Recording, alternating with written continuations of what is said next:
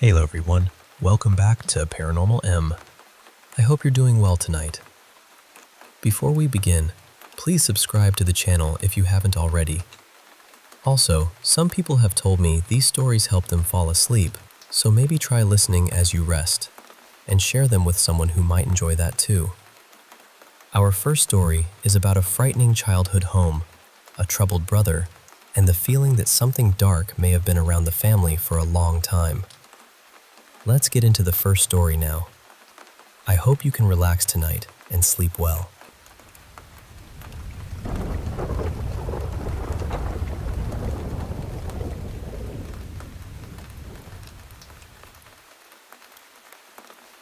I need to tell you about my brother, Rowan.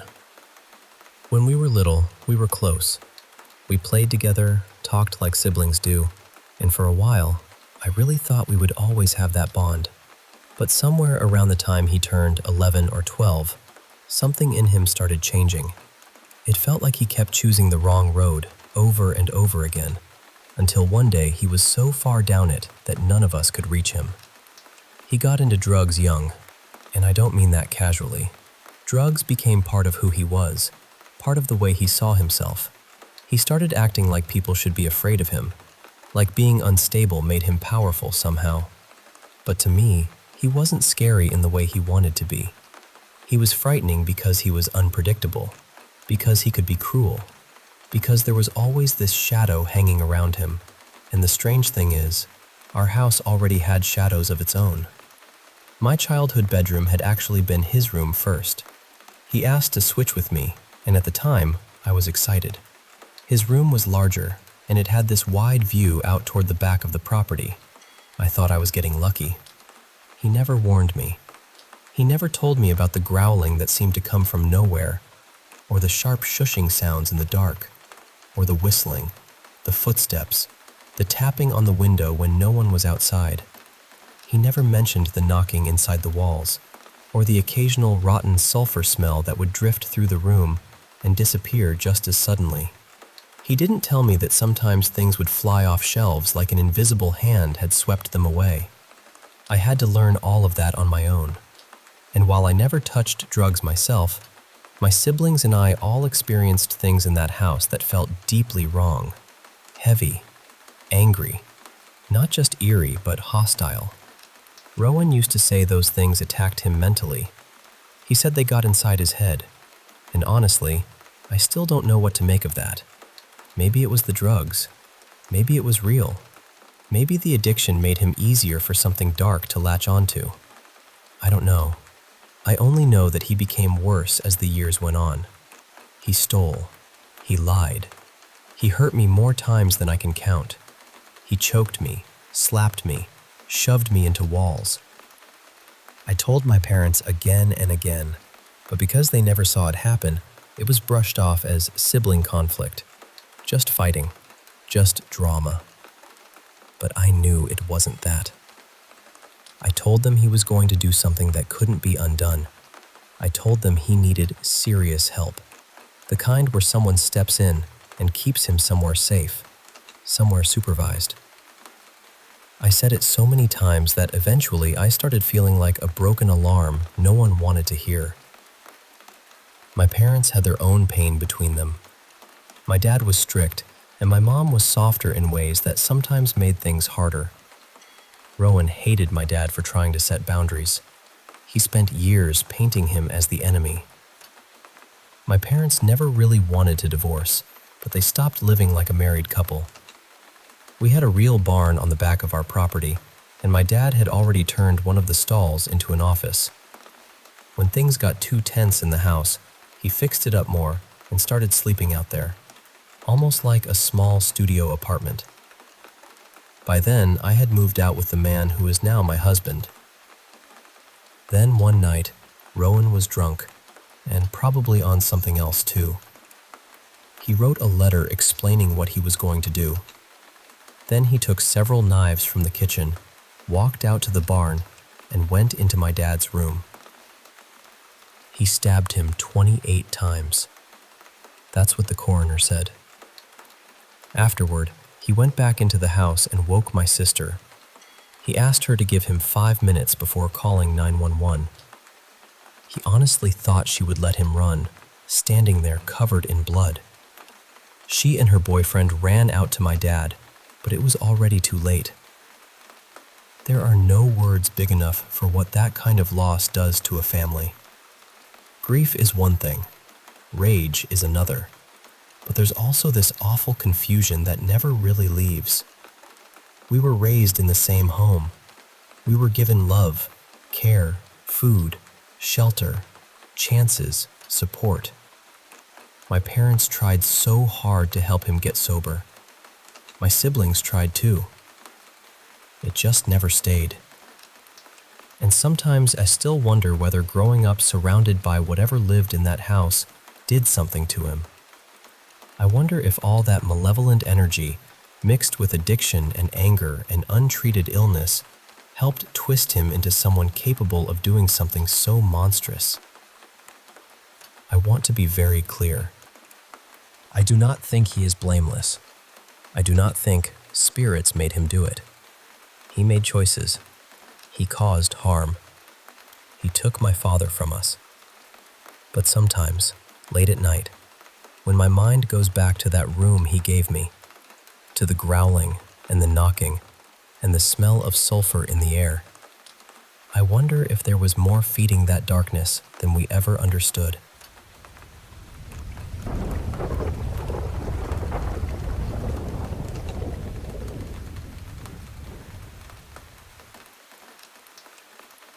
I've had strange things happen around me for as long as I can remember. Most of the time, I can explain them away.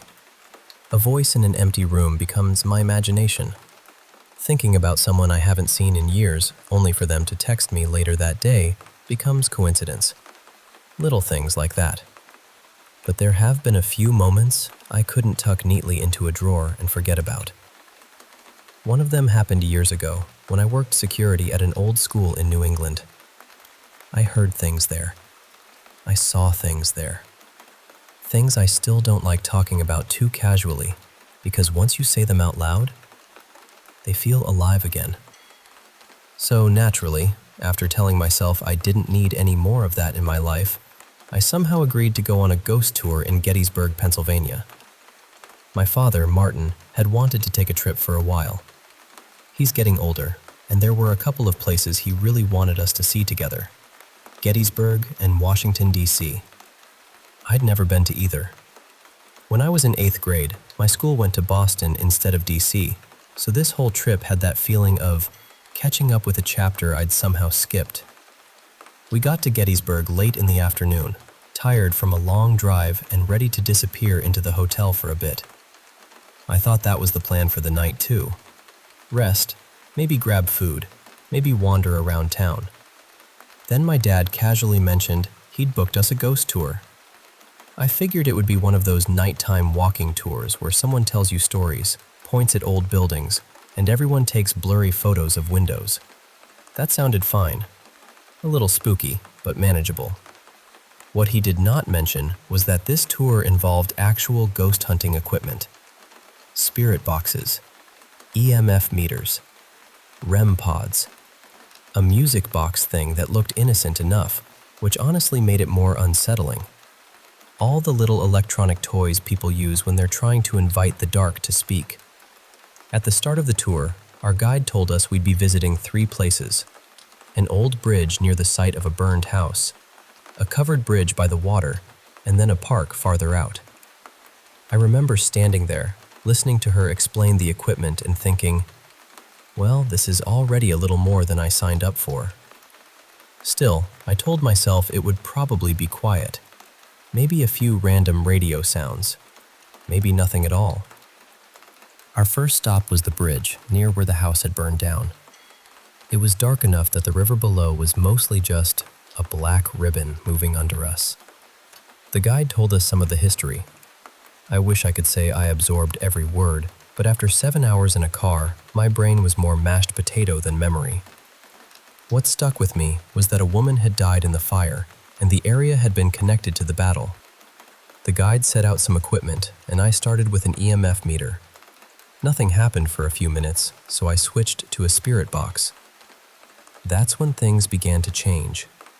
At first, it was mostly noise. Static, clipped syllables, strange little bursts of sound. I couldn't make out much, so I started asking yes or no questions. Are you stuck here? A response came through. Were you a soldier? Another response. Are you the woman from the fire? Nothing. Are you missing something? This time, there was a clear enough answer that I kept going.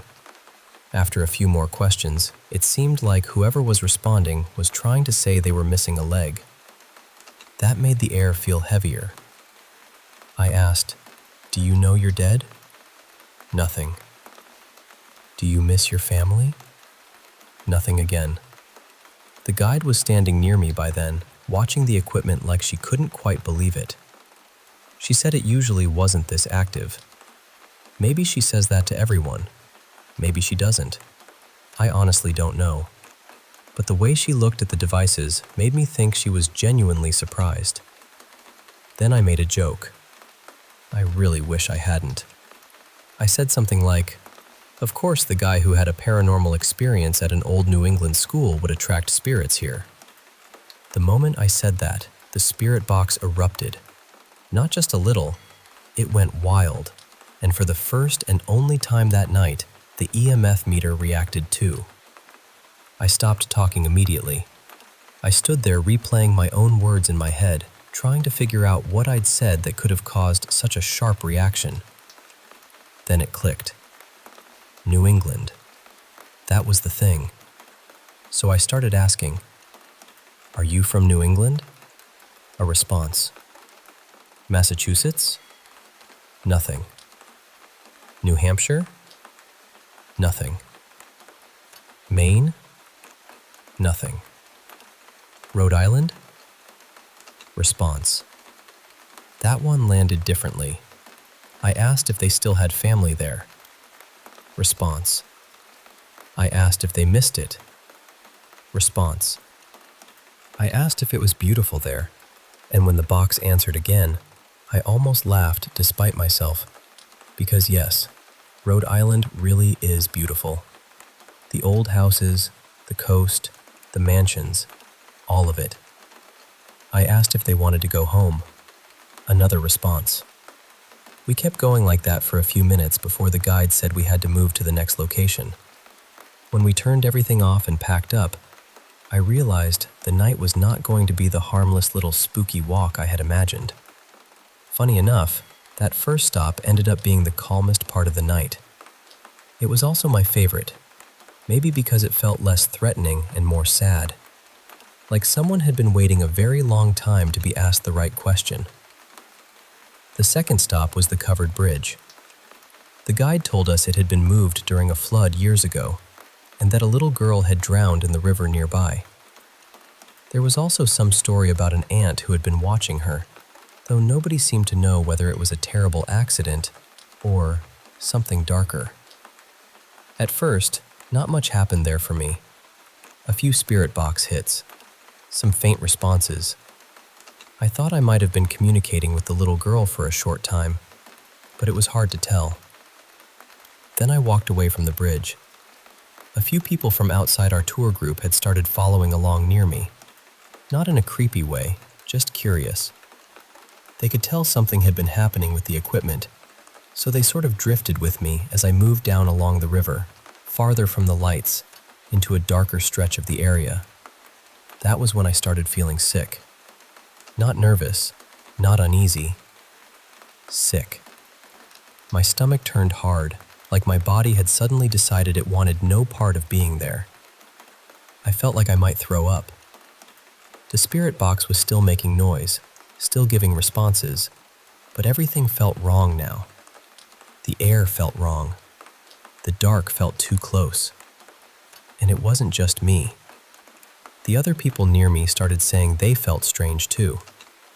One of them said they saw movement out in the darkness, and that was enough for all of us. We turned around and went back to the bridge.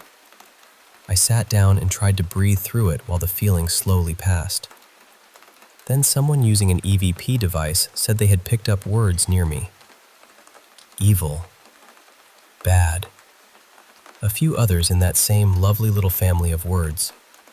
That was a charming thought, let me tell you. Something dark hanging around me and making me nauseous. Absolutely delightful. 10 out of 10, would not recommend. My dad noticed I wasn't doing well and came over to check on me. He'd been wandering around with an EMF meter, trying to get responses of his own. He had gotten a few hits here and there, but once he saw me sitting there looking like my soul had stepped out for air, he shifted into dad mode pretty quickly. Thankfully, the sick feeling passed. Then we went to the final location. The park. We had been driving between locations because they were spread out, and by the time we got there, the night felt deeper somehow. Quieter. The kind of quiet that doesn't feel empty, but occupied. And because apparently I had learned nothing, I picked up the spirit box again. I walked a little away from the group and started getting responses almost immediately. From what I could tell, there were 3 different presences there. I know how that sounds. I know. But that's what it felt like through the pattern of responses. They seemed to be guiding me. Left. Right. Keep going. At one point, I asked which way I should go, and the answer that came through was clear enough to make my skin tighten. Left. So I went left, then farther still. Eventually, I realized I had gotten too far from the group for my own comfort.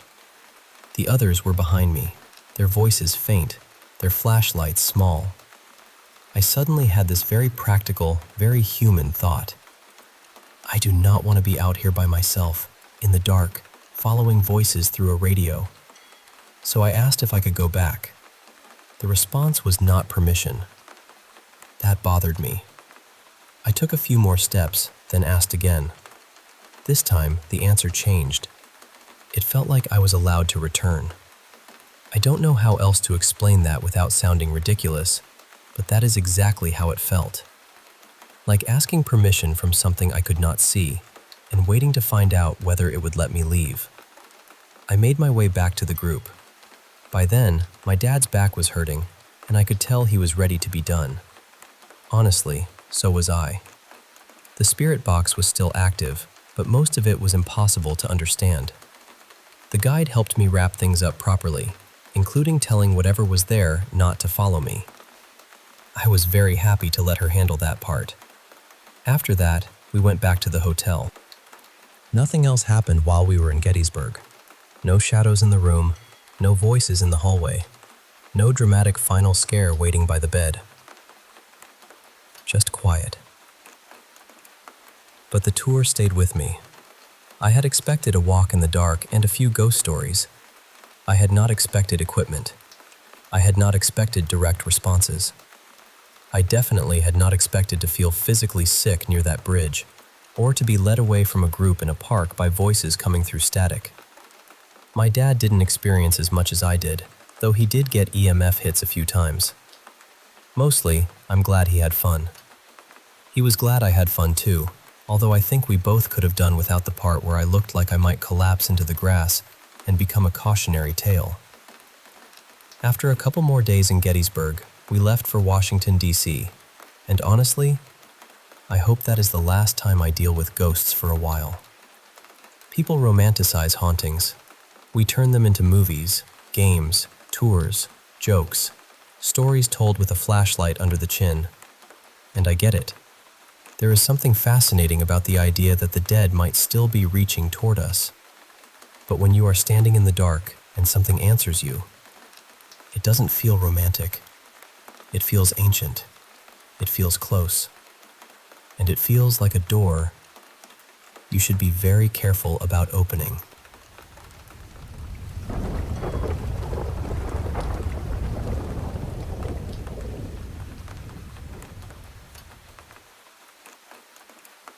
Hey, I want to share something pretty intense that happened to my partner and me.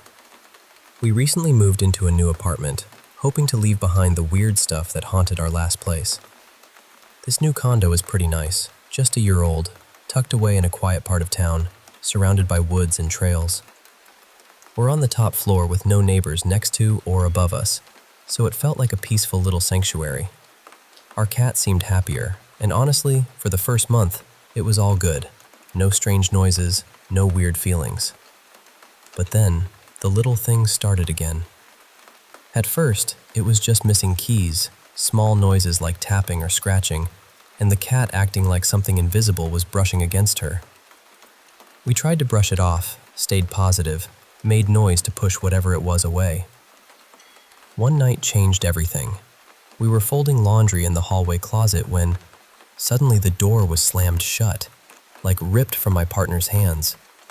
We had all the windows and doors closed, no fans or AC running, so there was no logical explanation. When we finally forced it open, we saw some fresh scratches at the bottom of the door. That's when we called my cousin to come cleanse the place again.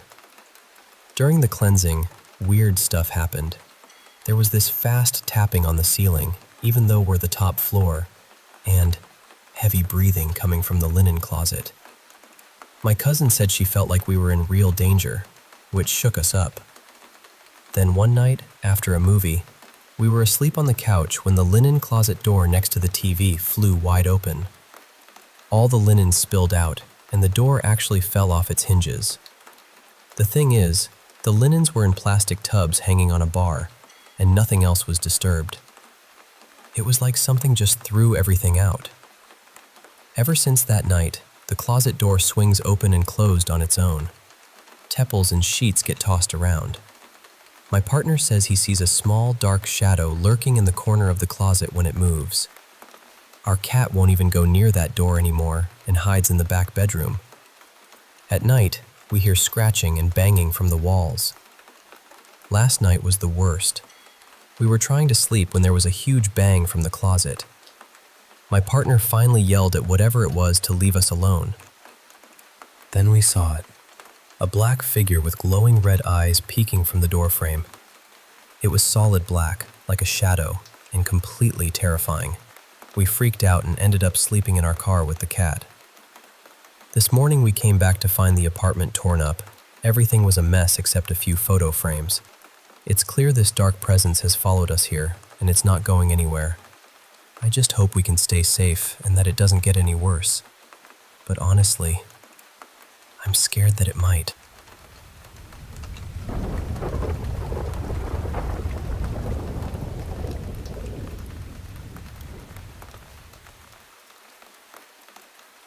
Hey there. I want to share a story that's been passed down in my family. Something that's both eerie and oddly touching. So, back in the early 70s, my grandma made a brave move.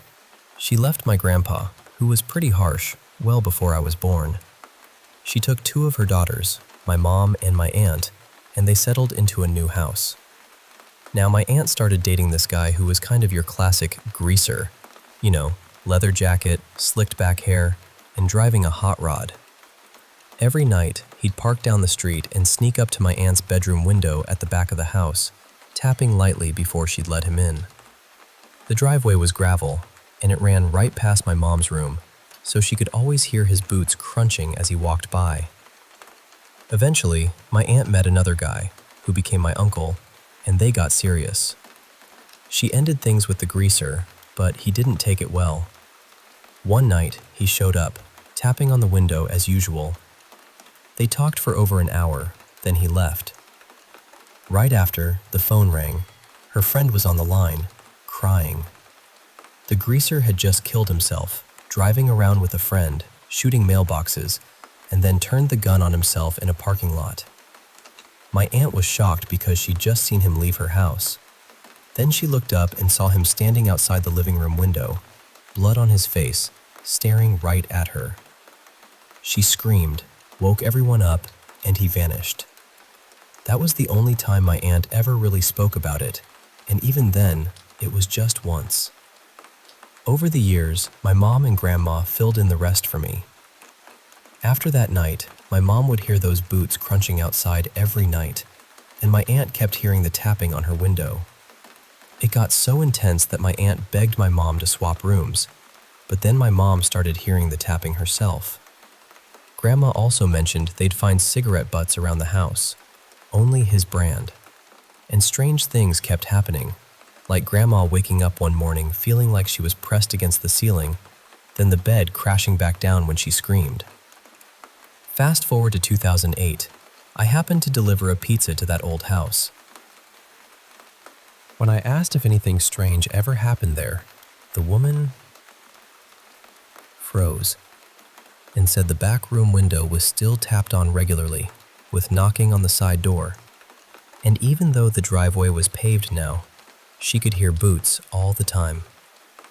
Her husband worked nights and didn't believe her, but she swore something was still there. Almost every night. It's a haunting reminder that some paths never really leave us, and sometimes echoes linger in the quietest corners of our lives.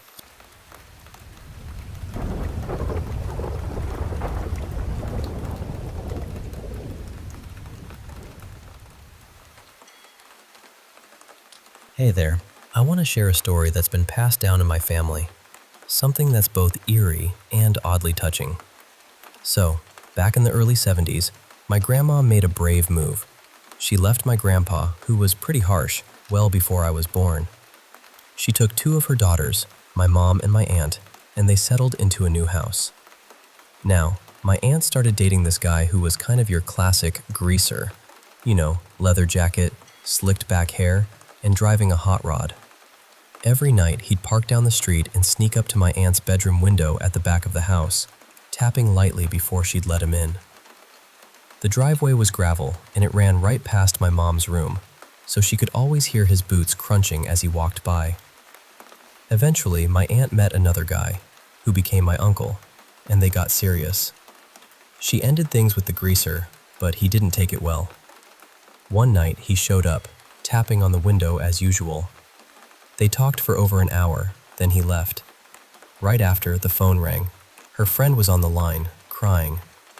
The greaser had just killed himself, driving around with a friend, shooting mailboxes, and then turned the gun on himself in a parking lot.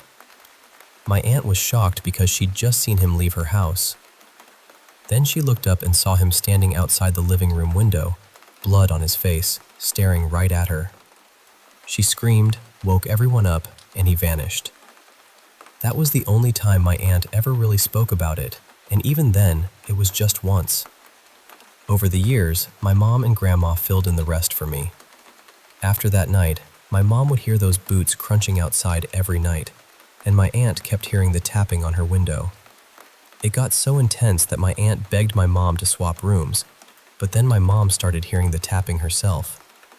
Grandma also mentioned they'd find cigarette butts around the house, only his brand, and strange things kept happening, like Grandma waking up one morning feeling like she was pressed against the ceiling, then the bed crashing back down when she screamed. Fast forward to 2008, I happened to deliver a pizza to that old house. When I asked if anything strange ever happened there, the woman froze and said the back room window was still tapped on regularly, with knocking on the side door, and even though the driveway was paved now, she could hear boots all the time. Her husband worked nights and didn't believe her, but she swore something was still there, almost every night. It's a haunting reminder that some pasts never really leave us, and sometimes echoes linger in the quietest corners of our lives.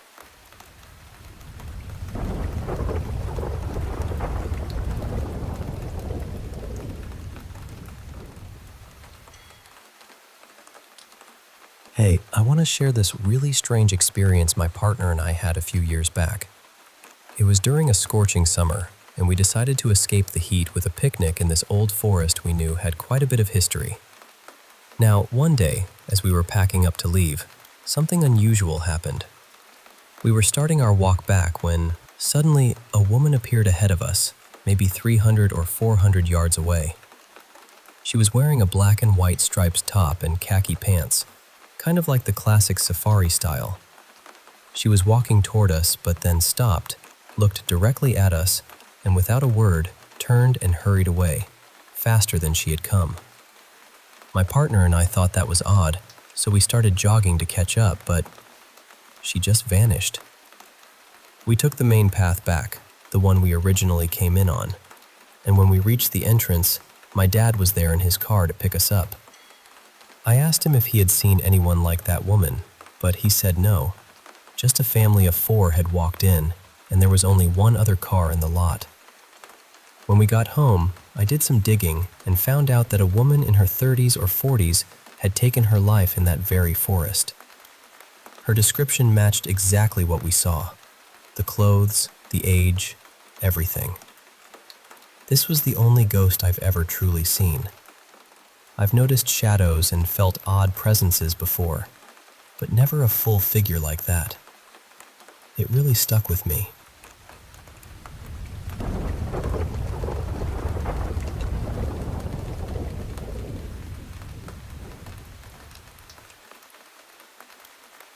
Hey, I want to share some stories that have stuck with me over the years. Things that felt a little off. So, when I was a kid, I lived in this old apartment building in a town rich with history, right next to a bunch of cemeteries. Our building was pretty worn down even back in the 90s. We had this shared laundry area down in the garage, and to get there, you had to open this huge, rusty metal gate that creaked like crazy, echoing through the whole space. It was impossible to be quiet down there because every little sound bounced around. Now, my neighborhood wasn't the safest, so whenever I went down to do laundry, especially since my mom was busy with my younger siblings, I made sure to lock that gate behind me. The laundry was actually just a corner of the garage with an open space, so I could see anyone coming, and I knew I'd hear them.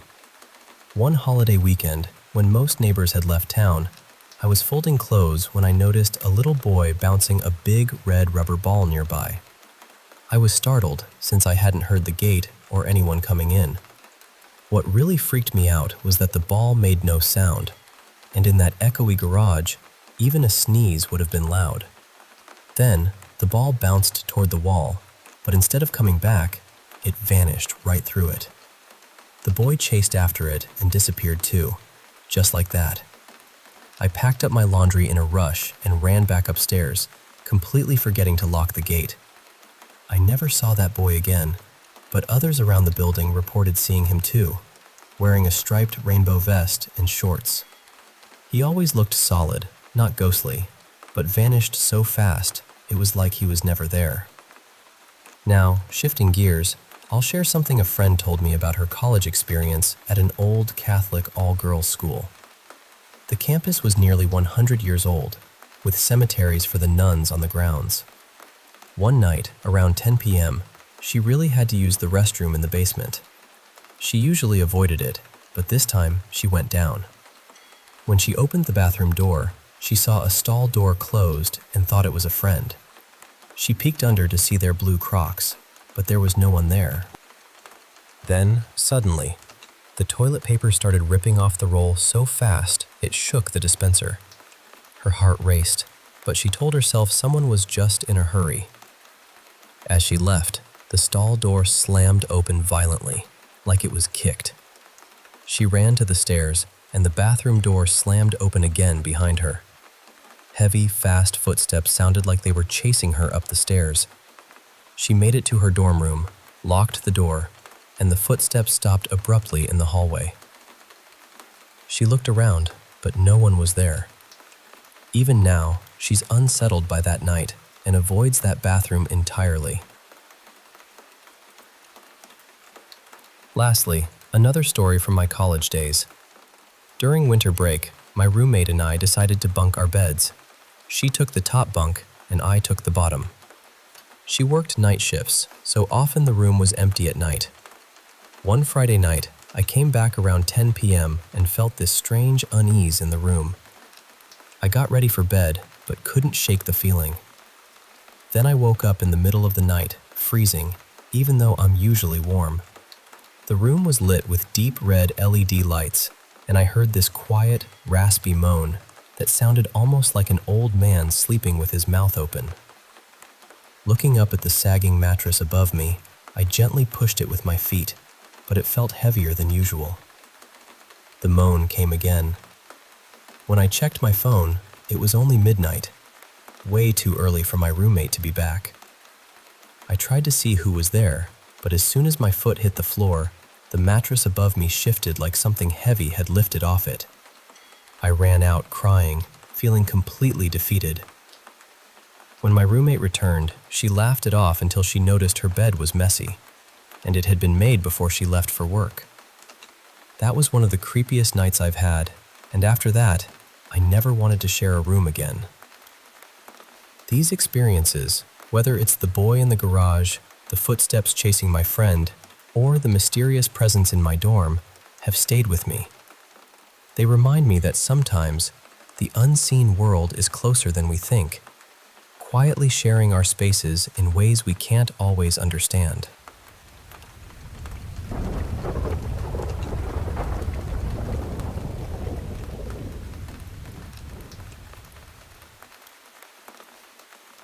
Hey, I want to share this eerie experience that happened a short while ago at my family's old property, tucked away in the forest. So, my great-grandpa once bought this big piece of land surrounded by dense woods here in Quebec, and over the years, our family has preserved some really old log cabins and buildings there, some dating back to the 1700s and 1800s. They're these quaint little homes, nothing fancy, and we've occasionally rented them out as cottages. People often talk about feeling spirits or strange presences around those buildings, but honestly, I never experienced anything unusual in all the years I've stayed there.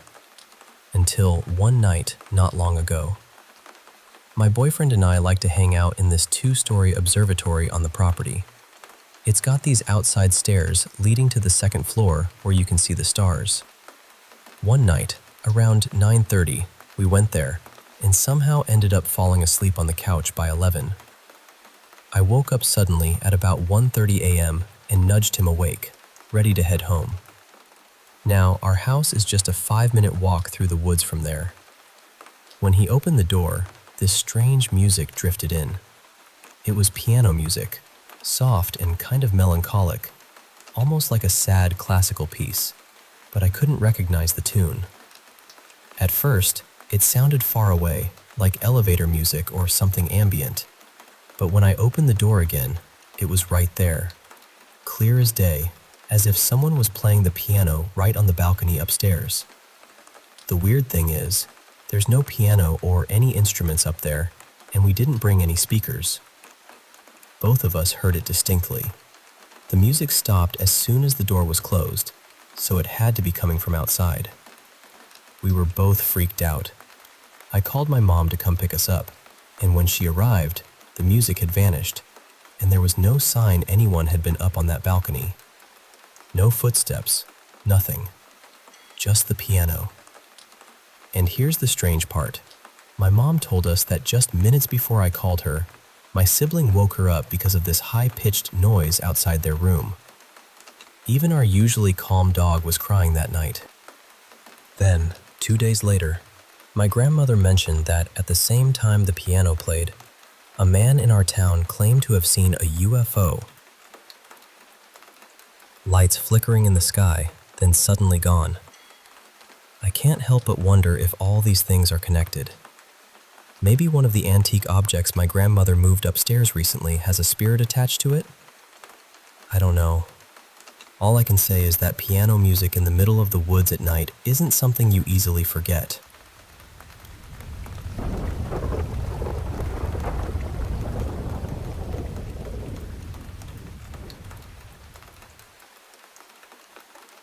Hey, I want to share something really strange that happened to my family back in 2007 when we were visiting rural India. It's one of those stories that still puzzles me, even after all these years. So picture this. My mom, her sister, and I were invited by some distant relatives we barely knew to their home for tea and dinner. It was a long, bumpy drive deep into the countryside, surrounded by farmland and old, rundown houses.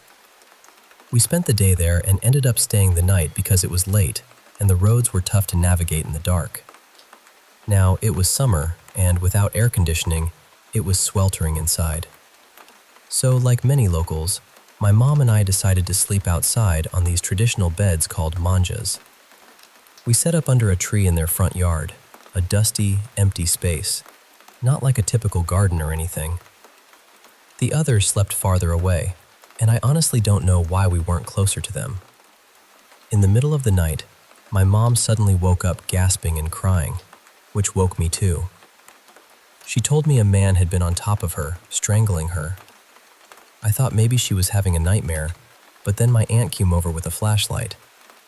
When she shone it on my mom's neck, there were red marks, clear as day. We were all confused because the gate was locked, and no one had entered or left as far as we could tell. Here's where it gets even stranger. The next day, before we left, we visited the house behind where we stayed. My mom saw a photo on the wall and froze. She said the man in that picture was the one who strangled her the night before. But she'd never met or even heard of the man before. The family there looked confused and said he was dead. He'd recently died after being hit by a truck on the road right in front of their property. I've tried to make sense of it logically, but I just can't. If my mom was dreaming, how do you explain the marks on her neck and her knowing exactly what he looked like before seeing the photo? To this day, it's a mystery to us. So I'm sharing this story because maybe someone out there has some ideas or has experienced something similar. It's one of those moments where reality and the unexplainable just collide.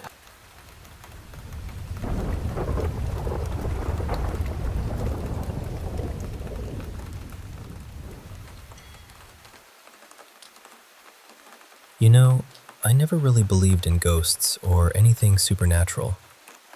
Until that one night, back when I was a kid, living in a small town called Coltmont, Pennsylvania.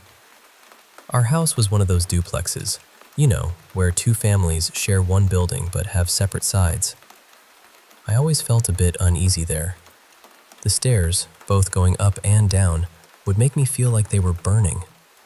Literally, my skin would flush red, and I'd start struggling to breathe. At one point, it got so intense that I actually passed out. My parents thought it was asthma, but the doctors ran every test and said I was perfectly healthy. But the real story centers on my bedroom when I was about 7 years old. One night, I was sound asleep with SpongeBob playing softly on TV. When I woke up, I saw this older man sitting in my rocking chair.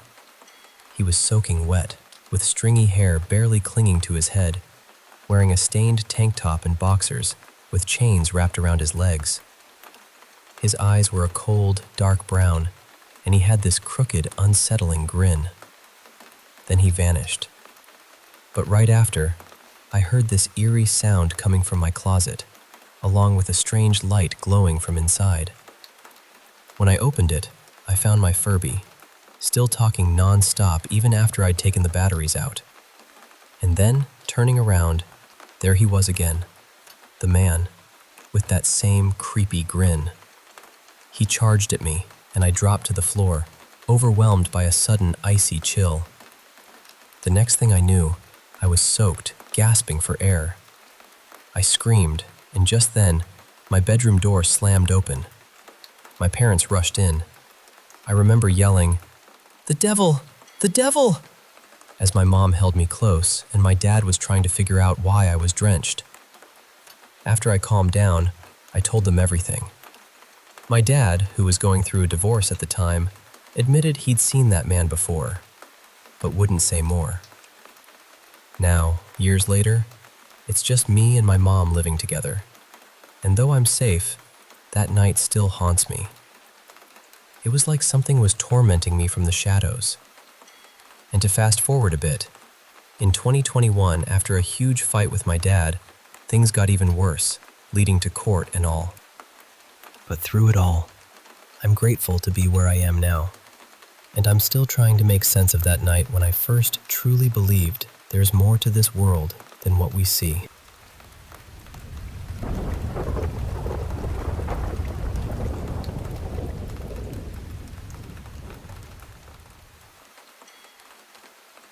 Hey, I want to share a story about a trip I took a couple years back. It might sound pretty normal to some, but the feelings I had that day were intense. Something primal I can't quite put into words. So, my ex, let's call her Emma, and I booked this charming little homestead for a weekend getaway. We found it online with glowing reviews, managed by this wonderfully warm elderly couple. The place was nestled right in the middle of a vast estate surrounded by coffee plantations, and it even had its own private waterfall. Behind the estate, there were these large hills, mostly owned by the couple. Our little cottage sat cozily between the main house where the couple lived and another larger cottage where some families were staying. It was all surrounded by beautifully kept gardens. A narrow path ran in front of the cottages and led towards the hills. Our first day was pretty chill. We were wiped out from the long drive from the city and just soaked in the warm hospitality and the stunning views. The next day, we had to decide between visiting the waterfall or hiking up the hills. After some back and forth, Emma picked the hills. So, just after 10 in the morning, we packed a simple brunch and started down the path toward the hills. The weather was cool, with a light drizzle that brought out the fresh scent of damp earth. Very refreshing for us city folks. As we reached the end of the winding path, we faced a steep climb straight up the hill, or an unpaved path that skirted around it. Since everything was wet and slippery, we thought the longer path might offer a gentler climb. So we took that route, but about 10 minutes in, the scenery changed dramatically. Instead of open land, we found ourselves in a ravine with dense trees blocking much of the sunlight. It was like stepping into a jungle. Still, we pressed on, hoping to find a better route up the hill, which had disappeared from view due to the terrain. After about an hour navigating the ravine, we came across a fork, dense jungle to the left and a run-down wooden hut to the right, long abandoned. We stopped to catch our breath when, suddenly, a chorus of angry barks erupted. 7 or 8 dogs, maybe more, closing in fast. We didn't stick around to find out more and hurried back the way we came. Once the barking faded, we discovered the bushes and grass around us were crawling with leeches trying to latch on. Emma panicked, and I had to sprint through the rocky ravine to catch up to her. Eventually, we made it back to the steep part of the hill. By then, I was ready to call it quits, but Emma convinced me to scramble up the steep slope on all fours, getting dirt and grass all over me in the process. To my relief, the tough climb gave way to a lush meadow bordered by bushes with sweet-smelling wildflowers on one side and rolling fields where cattle grazed peacefully on the other. We spent about an hour and a half hiking through the meadow until we found a muddy path up a gentler hill. Cresting that hill, the view was breathtaking. A sheer drop on the other side revealed valleys below, stretching out endlessly. We rested, ate our food, and soaked in the scenery. The clouds would pass and sprinkle us briefly before the sun returned. It felt like paradise to us city dwellers. By 5 p.m., I was itching to start heading back. Slipping on wet grass in fading light was a recipe for disaster. After some coaxing, Emma agreed, and we began our descent. That's when the silence hit me. No birds, no insects, not even a breeze. It was eerie. We were losing daylight fast, and the hills felt deserted. Then I got this overwhelming sensation of being watched. From behind, and then from all around except the front. My skin prickled, and I went from joking around to being unnervingly quiet and hyper-alert. Emma noticed and got creeped out by my sudden change, but didn't feel the same. I asked her to go ahead while I stayed behind, wanting to shield her in case something or someone was lurking. The feeling didn't fade. Instead, it intensified. I felt anger, like whatever was watching us was furious we were there, like we didn't belong. Still, no sound, no wind, just this heavy silence. Then, out of nowhere, a dog appeared behind me. A skinny, wary brown mutt with his tail tucked low. He followed us at a distance, and although I was cautious, his presence eased my nerves a bit. We let him pass, and he kept cruising ahead, then waiting for us to catch up, repeating this until we finally reached the bottom of the hill. It was like he was escorting us to safety. Focused on the dog, I tried to ignore the lingering unease.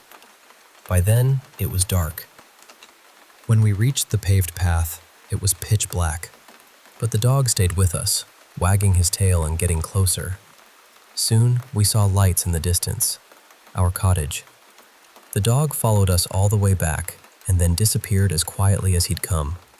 The moment we left the hill behind, the oppressive feeling lifted, and the sounds of insects and nature returned, as if someone flipped a switch. That night, we told our hosts what happened. They'd been worried since we were expected back by 4 p.m. and had tried calling us, but there was no phone signal up there. I asked about the dog, and they said he was a stray known for escorting visitors safely back to their cottages before vanishing. They called him a miracle, a guardian of sorts. Some might chalk this up to anxiety, but I've dealt with stress before, and this was different. Real, raw, and unforgettable. That dog saved us in a way I can't fully explain. The only other time I felt something like that was on a jungle safari, when our group was followed by a predator. So yeah, that's my story.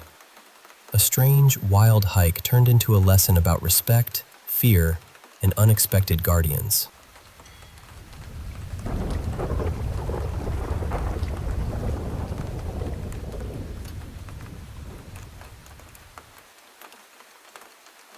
Hey, I want to share a story that's been with me for years. Something my grandma used to tell me, and what I experienced myself. So, there's this house. It's not ancient, maybe around 50 years old, that my grandparents lived in, and later, my mom and I lived there too when I was a kid. Before we moved to a newer place on the edge of town, that house held something unusual. My grandma always said there was a friend living there. That's how she described it. A presence that roams the house at night. Sometimes you catch a glimpse of it in the corner of your eye, like a shadow moving just out of clear sight. It never hurt anyone, at least as far as we know. Grandma even told me once she woke up to see this friend sitting at the foot of her bed, just watching her, before fading away seconds later.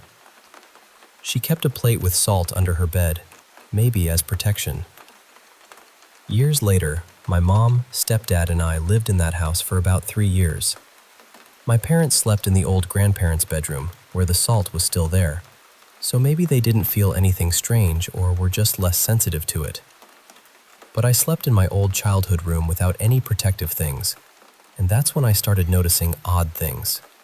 Shadows moving at night and sometimes during the day, strange noises, and waking up in the middle of the night feeling uneasy, like something was near or had just passed. One summer, since the house didn't have air conditioning, I sometimes slept on the living room couch to catch the breeze. I remember 2 nights where I woke up drenched in sweat, my mom saying I was screaming, probably sleep paralysis, but it was terrifying. I never saw the friend like Grandma did, but I'm convinced there was something there. Now, I live on the outskirts of the same town, right across from the graveyard actually. And honestly, it's peaceful here. No shadows, no weird sounds, just quiet nights. When I do go back to that old house to grab something, it's only for a short time, and I don't feel anything unusual anymore. But those experiences, they'll stick with me forever. Oh, and before all this, when I lived in a flat, there was one night that still haunts me. After a long car trip, my parents left, and I went to take a shower. Just before stepping into the bathroom, I caught sight of something. A tall woman in a wedding dress, standing there for just a moment before disappearing. I was frozen, then rushed into the shower and waited for my parents to come back. I never told them because I figured it was just travel fatigue. But who knows? That was the only time something like that happened there. So yeah, Grandma was right. There really is something in that house.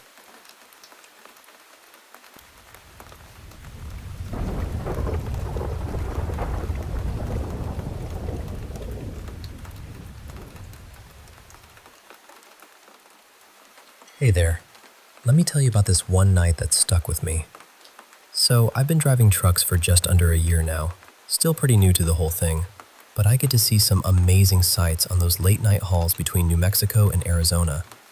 You know, those shooting stars you catch around 3 a.m.? Well, Usually they're just meteors or space debris burning up as they fall through the atmosphere. But this one night, I saw something different. There was this star. At first, it just hung there in the sky like any other star. It didn't drop or streak like a typical shooting star. It stayed still, bright and steady, almost like it was waiting for something. Then, suddenly, it shot up and disappeared in a flash, like it burned out of the atmosphere in an instant. I've never seen anything like that before, and honestly, it had me scratching my head. It was bright enough to look like a star just hanging out, but then it moved like it had somewhere urgent to be. That's just one of many strange things I've noticed while driving those quiet roads from midnight until noon.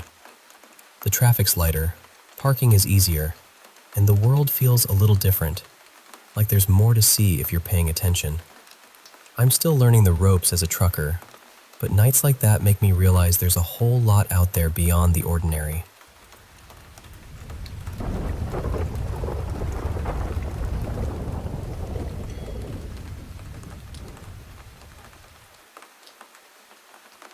Hey, I want to share a story from my childhood that stuck with me for a long time. It's about this old farmhouse I grew up in with my dad.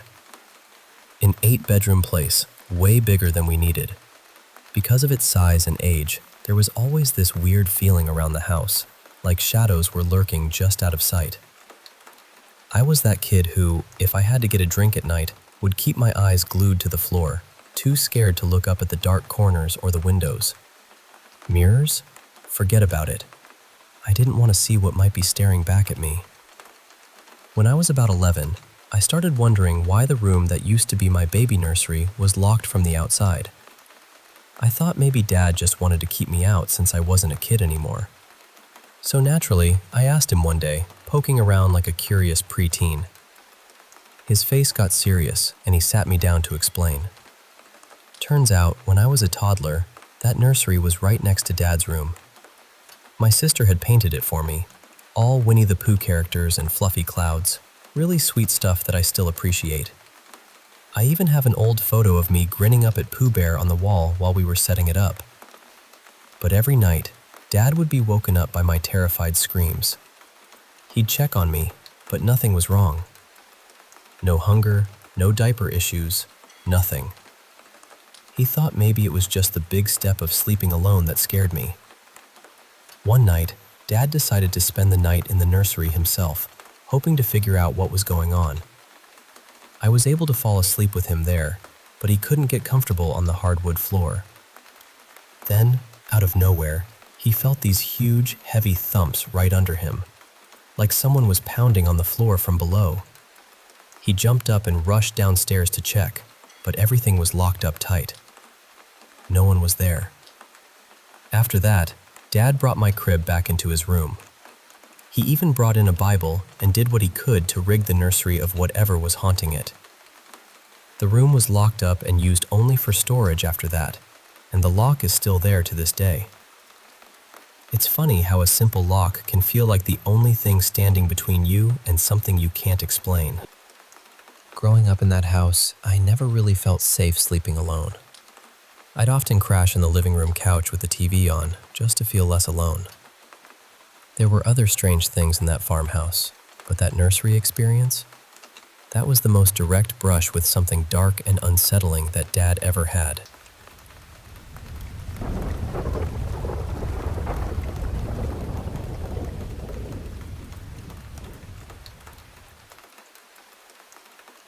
I want to start by saying this happened several years ago, and I'm in a much better place now. I'm not the same person I was then. I've gotten help, I've grown, and life feels a lot more open than it did back then. But this is something I still think about, because I've never been able to fully explain what happened that night. This was around 2021. I was 21, the pandemic was still heavy over everything, and honestly, I was not doing well. The world felt strange and unstable, and inside my own head, things felt just as chaotic. I had struggled with self-harm and suicidal thoughts before, and that year was one of the lowest points of my life. There were a few nights where I came dangerously close to ending everything. I was scared of dying, but I was also exhausted from living the way I was living. One night, very late, I was alone in my bedroom. The lights were off, but there was a street lamp outside my window, and its glow came through my dark blue curtains. It gave the whole room this cold, bluish tint. I could still make out the shape of my bed, the closet, the door, little outlines of everything. I was in a terrible state of mind. I had done something to hurt myself, and I was kneeling on the floor near my closet. Everything felt tight and distorted, and after a short while, the room started to blur around the edges. The shapes of things stopped looking solid.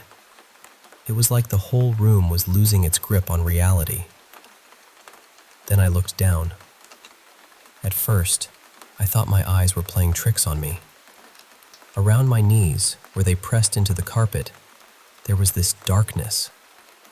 Not just a shadow from the room, but something thicker.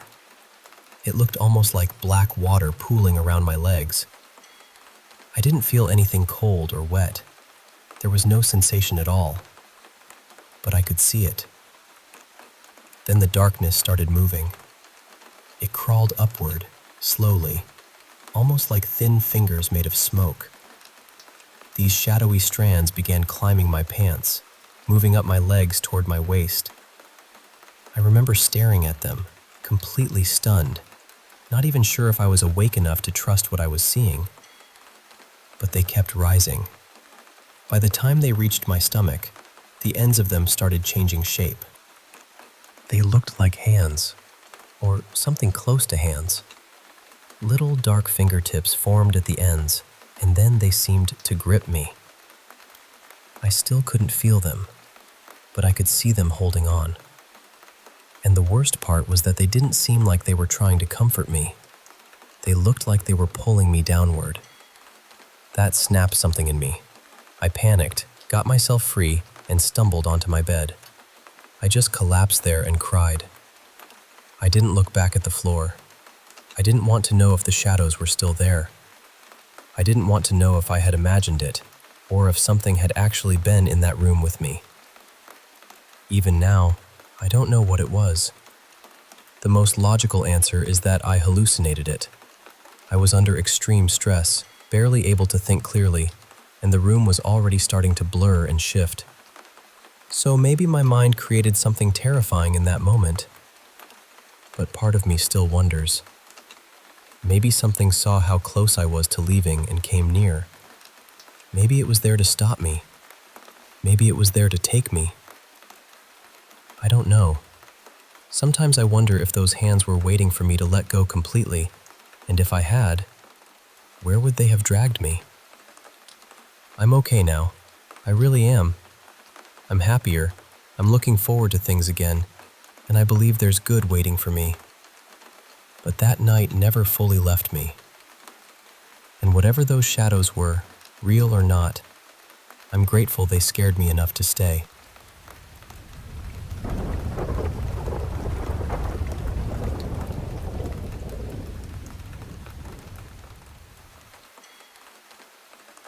I'm not really sure where to start, because what happened to me last night honestly shook me more than I expected. I think I saw something. I know how that sounds, and a part of me still wants to explain it away, but I can't. Not completely. A few days before it happened, around June 8th, I had this long conversation with two of my friends about ghosts. I grew up in a religious household, and I was always taught that ghosts weren't real. Later on, after I became an atheist, I kept that same habit of brushing off anything strange. Every weird sound, every odd feeling, every shadow in the corner of my eye, I'd just tell myself I was being paranoid. But after that conversation, something in me shifted a little. I started wondering if maybe there was more to it than I'd been willing to admit. And because of that, ghosts were on my mind a lot. Then, yesterday, everything felt different. I was walking back and forth in the hallway, which is something I do pretty often when I'm stressed. It usually helps me calm down. But while I was pacing, I suddenly got this heavy feeling, like I wasn't alone. not just a nervous feeling. It felt like I was being watched. Then, from the corner of my eye, I saw a figure in my granddad's old office. My granddad passed away more than a year ago, but I knew it wasn't him. I don't believe he would ever scare me like that. Whatever this was, it didn't feel familiar. It didn't feel safe. The feeling got stronger, so I went straight into my room and shut the door. I don't know why, but I truly believed it couldn't come into my room. Maybe that belief was the only thing keeping me from completely panicking. At first, I just sat on my bed trying to breathe. Then I suddenly got thirsty, which was strange because I had just had water not long before. I hadn't even been pacing for that long. It felt less like normal thirst and more like something trying to make me leave the room. I could still feel that presence outside my door, so I stayed where I was. That's when things started getting worse. Some parts are blurry now, and I only know the timing because of messages I sent to my friends while it was happening. The first thing I remember clearly was my ears ringing. It started faint, but it kept coming and going. Then I began zoning out whenever I looked toward the door or the wall beside it. I could just glance in that direction and suddenly find myself staring, completely locked in place. I don't know how long it lasted each time, because time felt wrong. It felt like it was moving too fast and too slow at once.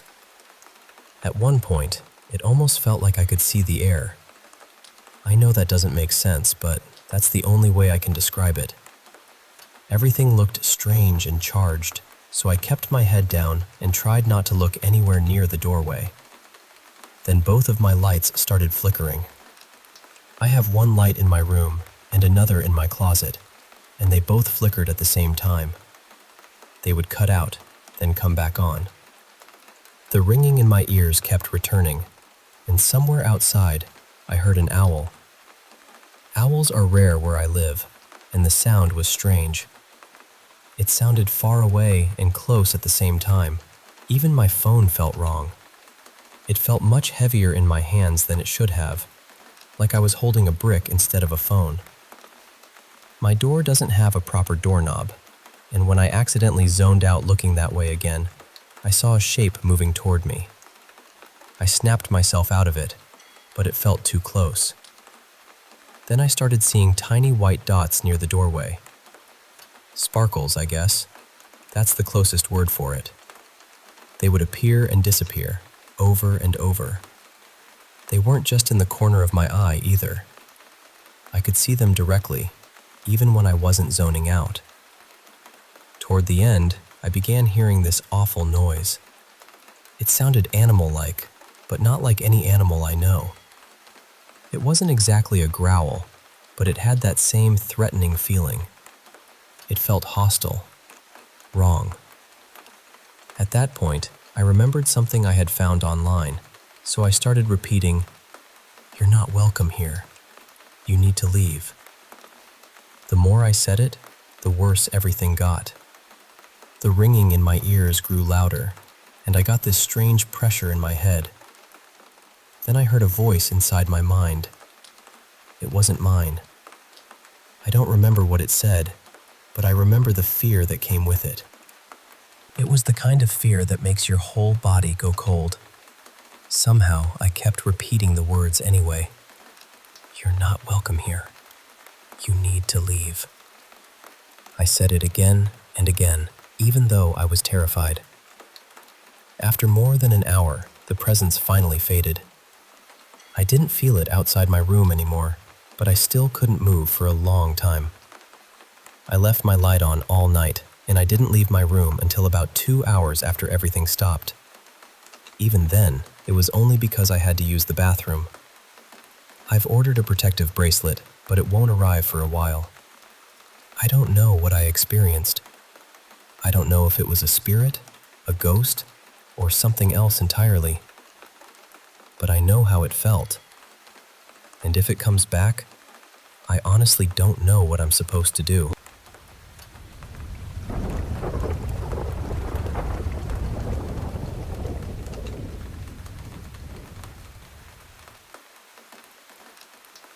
I've lived in this house for about 6 years now, maybe closer to 7.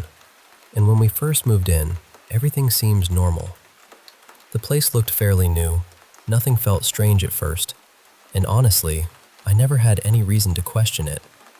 I've tried looking online to find out more about the house, like when it was built or who lived here before, but I haven't really found much yet.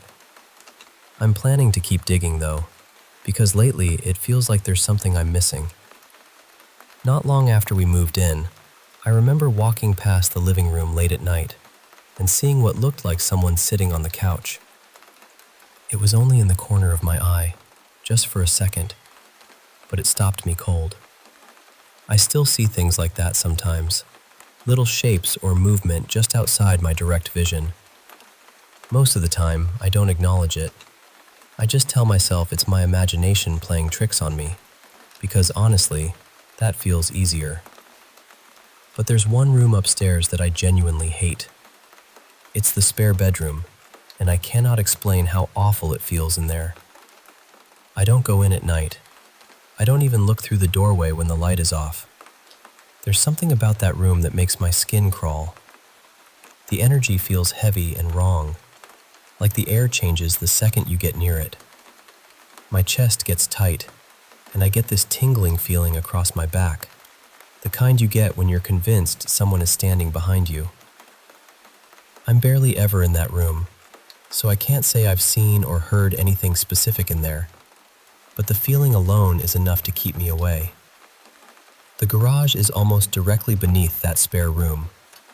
Not completely, because part of the garage roof sticks out under the bedroom window, but I'm pretty sure it extends under most of the room. The garage door is electric, and it has sensors that beep if something presses against the door for more than a couple seconds. It also makes a clicking sound if the door is touched once.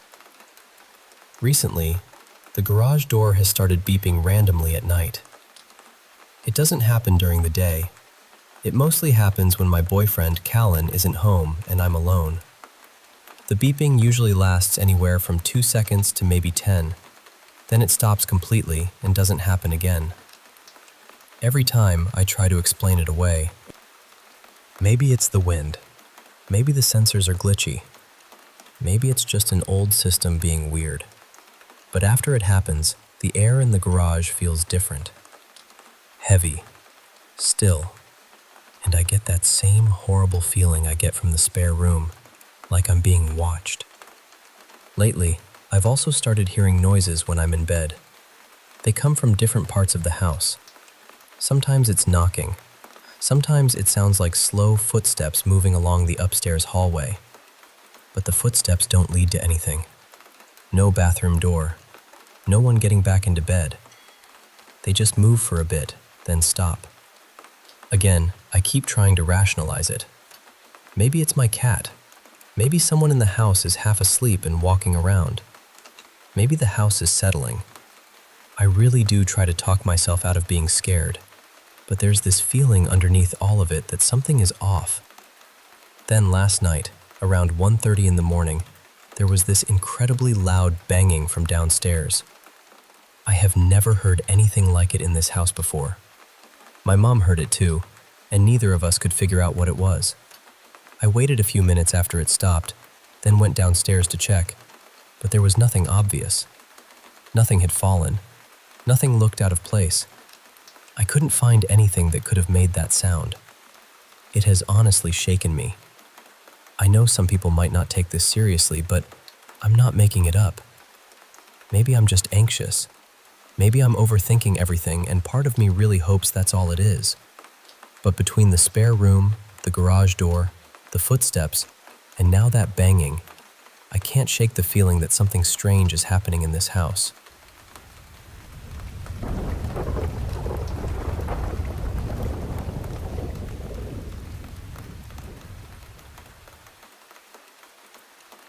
I had something happen to me a few years ago that I still don't really know how to explain.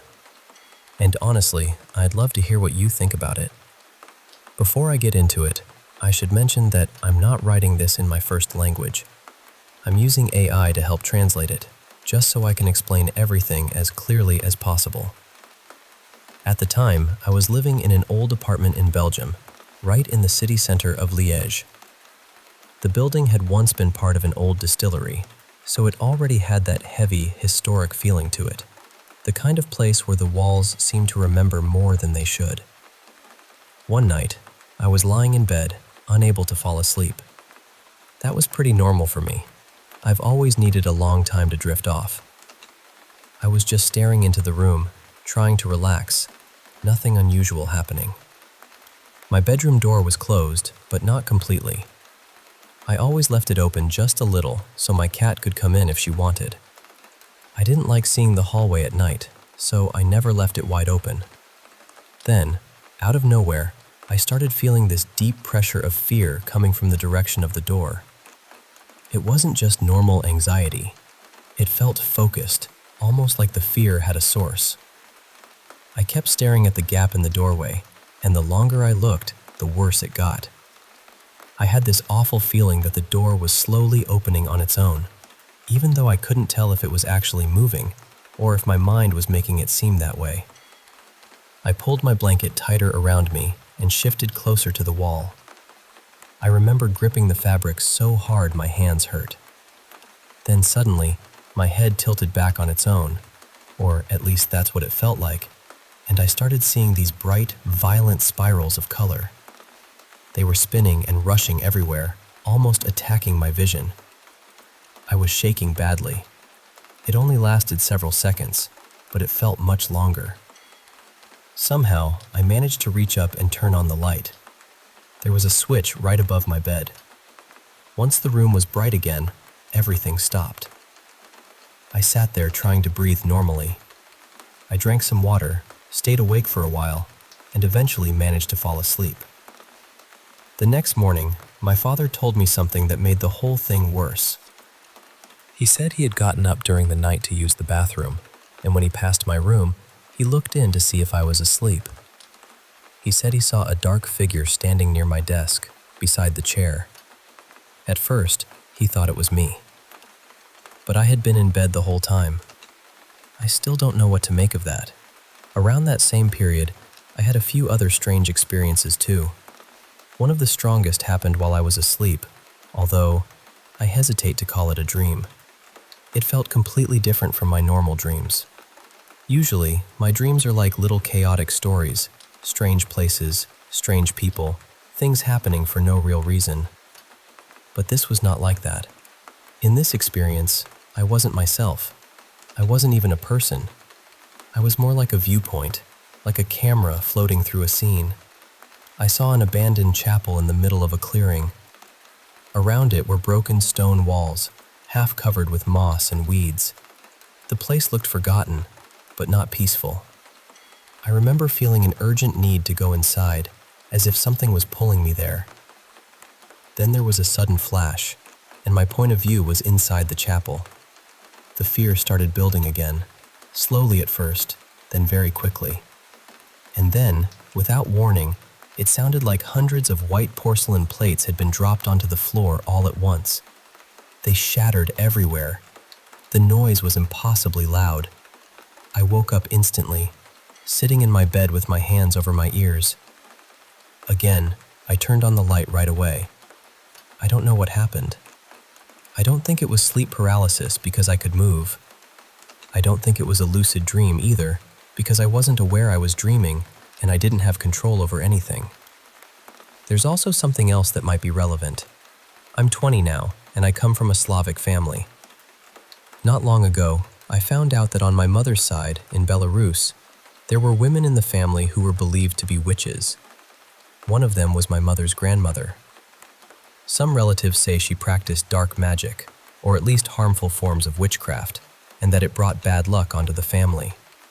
For example, I have a cousin on my mother's side who was born with a disability, and some people in the family believe it could be connected to whatever my great-grandmother was involved in.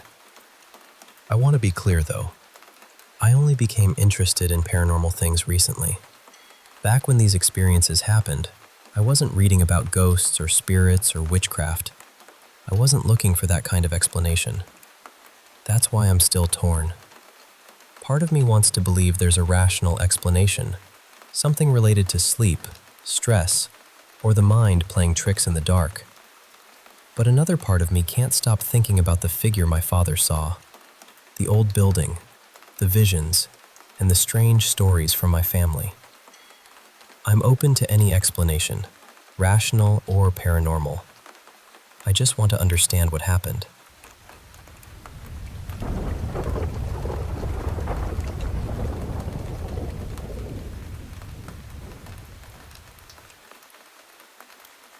So, a couple of days after I moved into this apartment, I started noticing strange little things. And honestly, the longer I've been here, the more they've been piling up. I've been living here for almost a month now, and the last couple of weeks especially have felt off. One of the first things that really got to me was this huge poster board I made back in middle school. It's about 3 feet wide, and it means a lot to me in this very specific, nostalgic way. When I first moved back in, I looked at the wall where it used to be, and it just wasn't there. I remember standing there, staring at that empty spot, thinking, I guess my parents must have thrown it out when they were staying here. And that made me kind of sad, because I had a lot of emotional memories attached to it. Over the next few weeks, I thought about it more than once. Just little moments of wondering where it had gone. Then one day, I came home from work, and there it was, just hanging on the wall like it had never left. I even asked my mom if she and my dad were messing with me somehow, like maybe this was some weird prank. But she swore it had been there the whole time. And I know myself, I would have noticed it. I mean, this thing is huge, and it matters to me. There is absolutely no way I would have missed it. The most annoying part is that every photo I had taken of that area somehow cuts off right where the poster would be, by barely a fraction of an inch. So I can't even prove to myself whether it was there or not. And yes, before anyone asks, I do have a carbon monoxide detector. It's literally right underneath where the poster board is, which almost makes the whole thing funnier in the worst possible way. But that wasn't the only thing. One night, around 2 a.m., I was sitting up on my computer when I saw this shadowy figure. It looked about 5'10", just standing there for a second. I haven't experienced anything like that in years, so it really caught me off guard. Then there are all these small things that keep appearing and disappearing. Nothing huge enough to make me feel completely certain, but enough to make me pause. Like I'll look at my water bottle 1 minute, and then the next time I'm glaring at it, the amount of water looks way different, even though I haven't touched it. Another time, one of my cats had an accident on the floor, so I put both cats in the bathroom while I cleaned everything really thoroughly. 12 hours later, there was fresh cat poop in the exact same area, even though the cats had supposedly been in the bathroom the entire time. I've also had 2 episodes of sleep paralysis since moving in, and I barely had any at all last year. One of them felt like someone was holding me down, not just the usual frozen feeling, but like there was actual pressure there. My cats have been acting strange too. Before I saw that shadowy figure, they kept staring into the exact same spot, like something was already there. You know how animals do that thing where they lock onto empty space and suddenly the whole room feels colder? It was like that. Then one morning, I woke up and found my cats in a totally different room from where I had left them when I went to sleep. I tried to explain that one away. Maybe I sleepwalked, even though I've never done that before. Maybe I moved them and forgot. But it still felt weird. Another time, I got up and felt my hair being pulled. I turned around and somehow it was caught on a curtain rod, even though I hadn't been sitting anywhere near the curtain. Then one night, I heard my apartment door handle shake. Not once. 3 times. Like someone was testing it. I checked and nobody was there. And the wind doesn't make that sound. I know the usual noises of this place by now, and that wasn't one of them. The strangest part might be how I feel inside the apartment. I've been feeling completely drained, like all the energy has been scooped out of me. Not just tired, but hollow. Almost like something is feeding off me. And then one day, I left the apartment for more than 12 hours, which is rare for me because I'm usually such a homebody. But while I was gone, I felt almost euphoric. Light. Free. That almost never happens for me, so it really stood out. The thing is, none of this has made me paranoid or terrified. The poster board thing definitely made me go, what the actual hell? But even the sleep paralysis hasn't really scared me. It's more annoying than anything. I just keep getting this feeling that whatever this is, whatever you want to call it, doesn't have good intentions.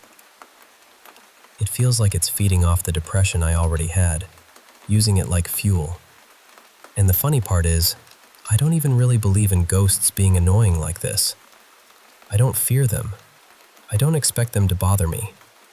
You'd think that would make me spiritually untouchable or something.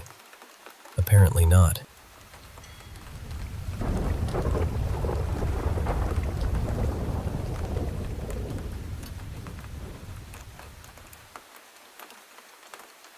I was freelancing for a design firm in a big city about 10 years ago, and most of the time I worked out at client sites.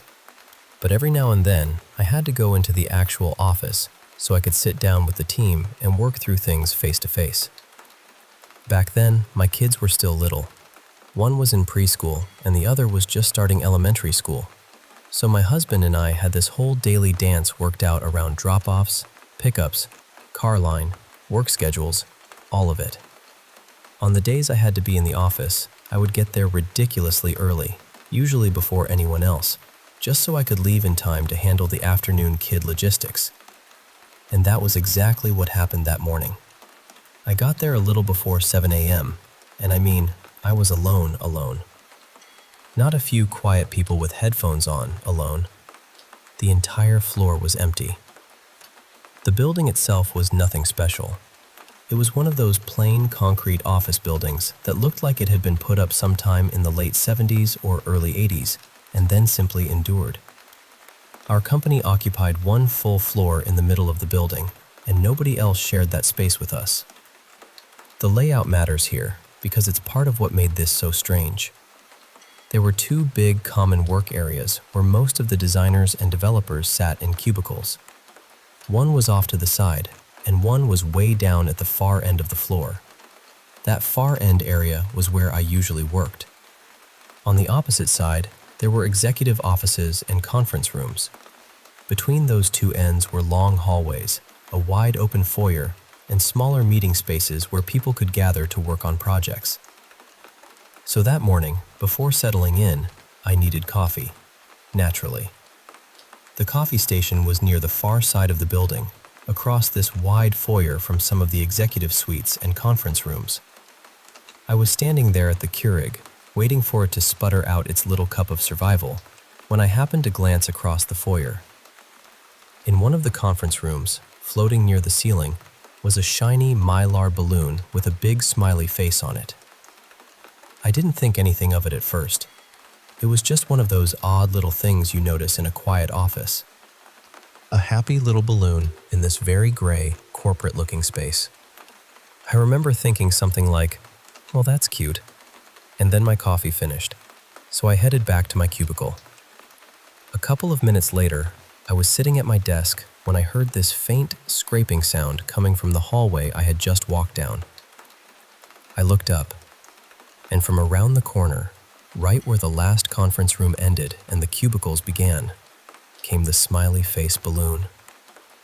It was moving slowly, very slowly, in a perfectly straight line down the hallway.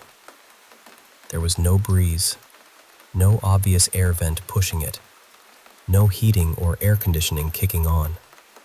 And to even get out of that conference room, it would have had to somehow dip below the door frame, glide out of the room, cross that space, and then continue all the way down the long hall. I just sat there, staring at it. Then it turned. Not randomly, not drifting vaguely, It turned right into my row of cubicles and started coming directly toward me. At that point, I was trying very hard to be rational. I remember thinking, okay, there has to be an air current. It's just going to float past. That's all this is. But it didn't float past. It stopped directly in front of my cubicle. Right in front of me. And it just hovered there, gently bobbing up and down, with that big, shiny smile on its face. That was enough for me. I packed up my things so fast I probably left a dust outline behind, and I got out of there. Whatever collaboration needed to happen that day, I decided it could happen over the phone. Later on, I found out that a senior executive at the company had died suddenly a few years before I started working there. I never knew for certain whether he had passed away in the building, though I did hear people say he had. And honestly, I've wondered ever since whether he was still around in some way, checking in on the office, making sure the place was running the way he liked it. All I know is this: that balloon came to find me, and it smiled the whole time.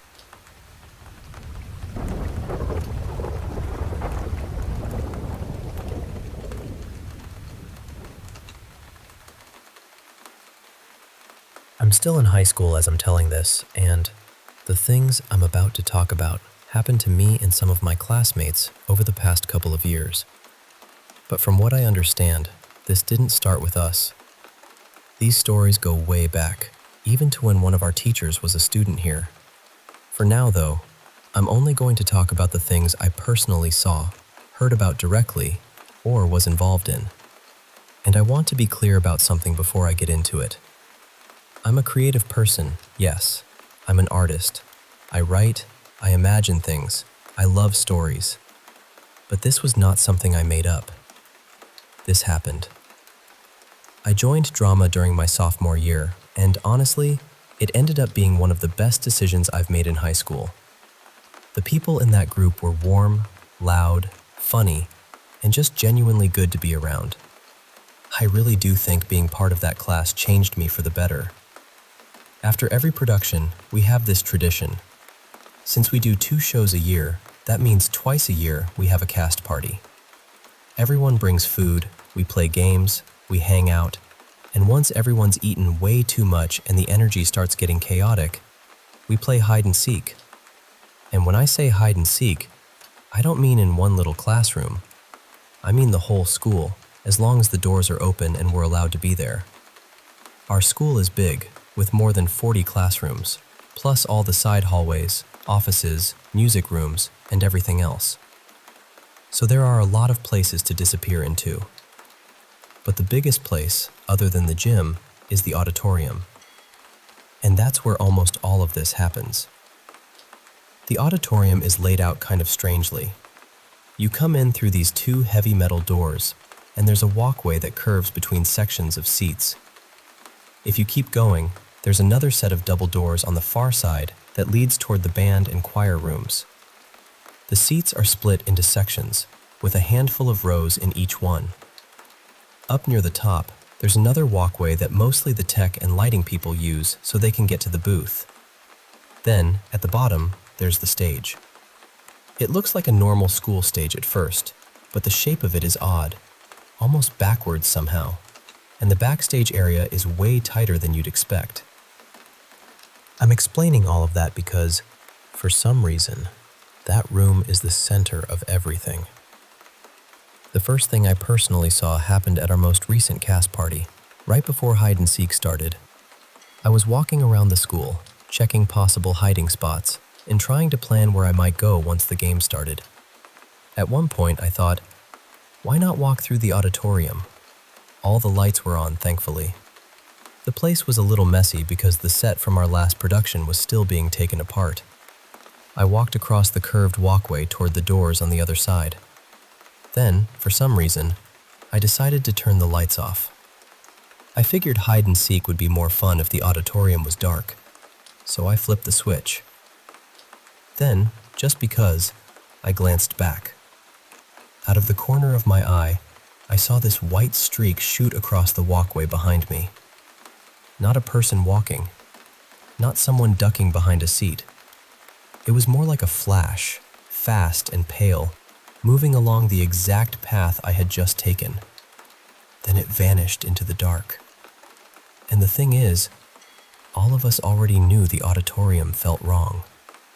Every single person in drama has been in there alone at least once, and almost everyone says the same thing. It feels like something is watching from one of the corners. Not just watching either. It feels angry, heavy, like whatever is there doesn't want you in its space. And we are not a group that scares easily. We will hide in pitch-black classrooms, crawl into cramped storage areas, and sit silently in the dark for ages during hide-and-seek. But the auditorium is different. People go in there alone, feel that pressure, and leave almost immediately. So when strange things happen in that room, we take it seriously. Last year, during another cast party, something happened that I didn't understand until much later. I think it was around the second or third round of hide-and-seek. I had already been found, so I was just wandering around, pretending to help look for people, even though I am terrible at finding anyone. Eventually, I ran into our drama teacher and one of the juniors, a guy named Rowan. They looked confused. Not scared exactly, but definitely shaken. I asked what was going on, and they told me they had been in the main office. That room is usually open during hide-and-seek, and it has monitors connected to the school cameras. They were looking at the camera feeds, trying to see if anyone was moving through the halls. On one camera, near the double doors by the auditorium and the music rooms, they saw a figure. A figure dressed completely in white. They said he started in the band room area, then walked through the hallway and opened the double doors into the auditorium. At first, everyone tried to explain it away. We started asking who had been wearing white that night, but the answer was no one. There was one guy with a black jacket that had a white lining, so for a little while we wondered if the camera had picked him up weirdly. Then we were told it was probably one of the girls, and that the camera just made her look different. That was the version we were given at the time. But at the most recent cast party, they admitted that wasn't true. They only said that so people wouldn't panic. They had no idea who or what they saw on that camera. Most of the encounters my class has talked about involve that same white figure. At the last cast party, one of my friends hid in the auditorium by himself. While he was tucked away, he looked under the curtains and saw boots pass by. Above the boots were white pants. Whoever it was walked past him and then just disappeared. Another friend told us he had seen something similar, but he also claimed he saw a man wearing what looked like a Sweeney Todd costume, and another time, someone in a wild old doctor costume.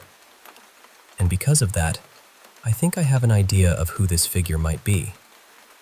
There was this former student, someone everyone in drama and band seemed to know and love. His name was Callan. He had this old-fashioned style, and people talked about him like he was a light in the building. He played lead roles in shows, including Sweeney Todd, and even after he graduated, he came back to perform at sporting events. I'm pretty sure he played saxophone, though it might have been trumpet. By all accounts, he was a wonderful person. I didn't know him as well as I wish I had. During the week of Christmas break, we found out he had died. I'm not going to go into details, but it was the kind of news that just takes the air out of everything. And what made it harder was that some of us still had to go to a speech and drama event after hearing it. After that, the sightings of the white figure started happening more and more. And that same friend, the one who saw the costumes, told me something I still think about.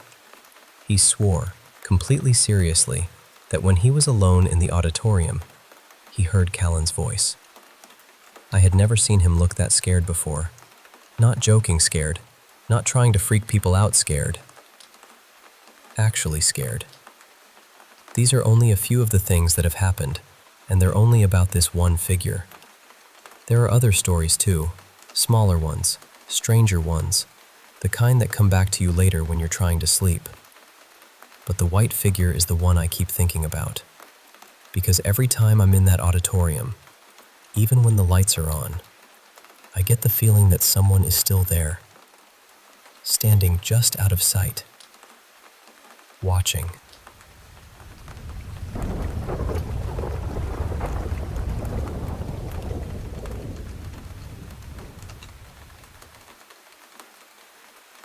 I was around 7 years old when this happened, and honestly, it's one of those memories that still feels strange every time I think about it.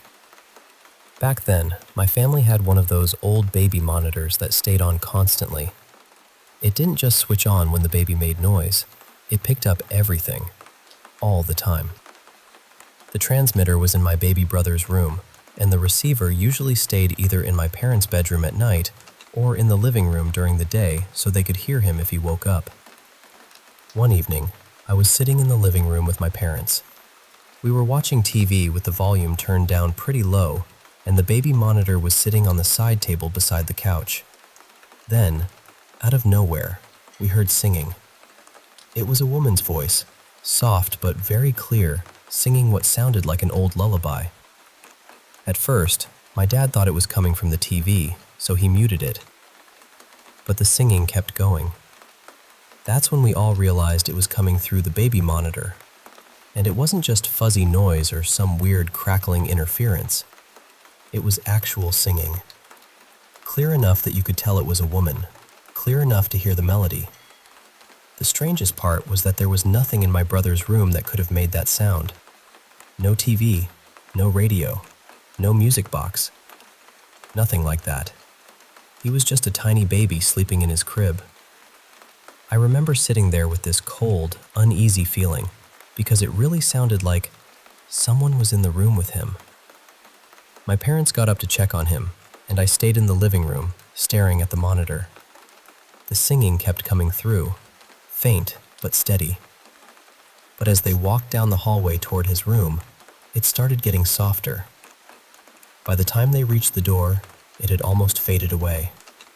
And when they opened the door, it stopped completely. They couldn't hear anything in the room itself. My brother was sound asleep. Everything looked normal.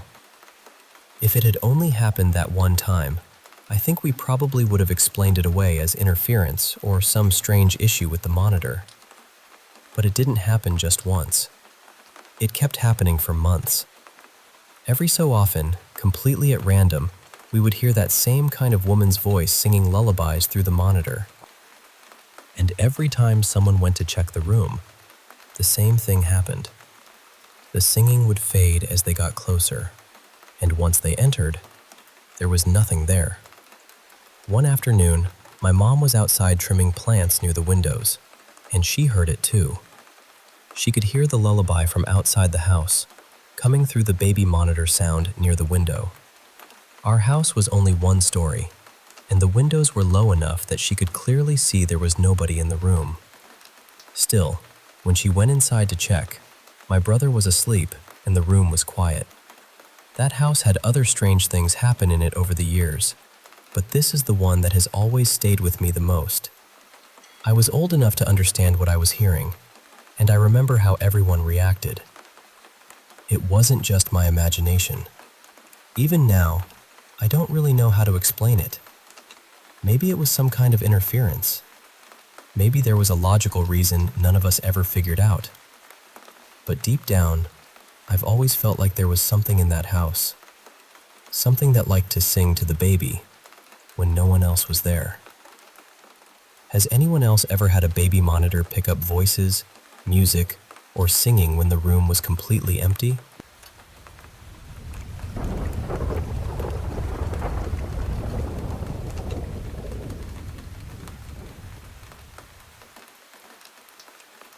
So this happened when I was about 12, and honestly, it's still the most terrifying thing I've ever experienced.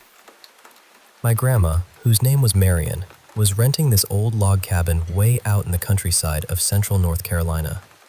And when I say way out, I mean it. The place was tucked between trees, fields, and long, empty roads. The nearest neighbor was probably a mile and a half away, and if you needed gas or groceries, you had to drive at least 20 minutes. At night, it felt like the whole world had gone quiet around that cabin. My grandma had only been living there for a short while when she got into a pretty bad motorcycle accident. So my mom, my little sister, and I moved in with her to help while she recovered. What was supposed to be temporary turned into us staying there for almost a year. Not long after we arrived, something strange started happening in the kitchen. Every night, right around 9 p.m., the kitchen lights would flicker. But it wasn't the normal kind of flicker, like when a bulb is dying or the wiring is bad. These lights would snap off and on, fast, over and over again. At first, my grandma thought my sister or I were playing around with the light switches, but then it happened when none of us were anywhere near the kitchen. We would all be sitting in the living room and see the flashing coming from down the hall. Other nights, we'd already be in bed, and I'd see the light blinking under my closed bedroom door. After a while, we convinced ourselves it had to be electrical. My grandma told the landlord, and he sent someone out to check it. The electrician looked over everything and said the wiring was fine. Nothing loose, nothing faulty, nothing that should have caused it. But the lights kept doing it, every single night. Always at 9. Eventually, it became one of those things we tried not to think too hard about. Just another weird thing the cabin did, like the house had its own little nighttime ritual. Then one summer evening, everything changed. My grandma, my mom, and I were in the kitchen having dinner. We were talking and laughing, and for once the cabin didn't feel heavy or strange. It actually felt warm in there. Then 9 hit.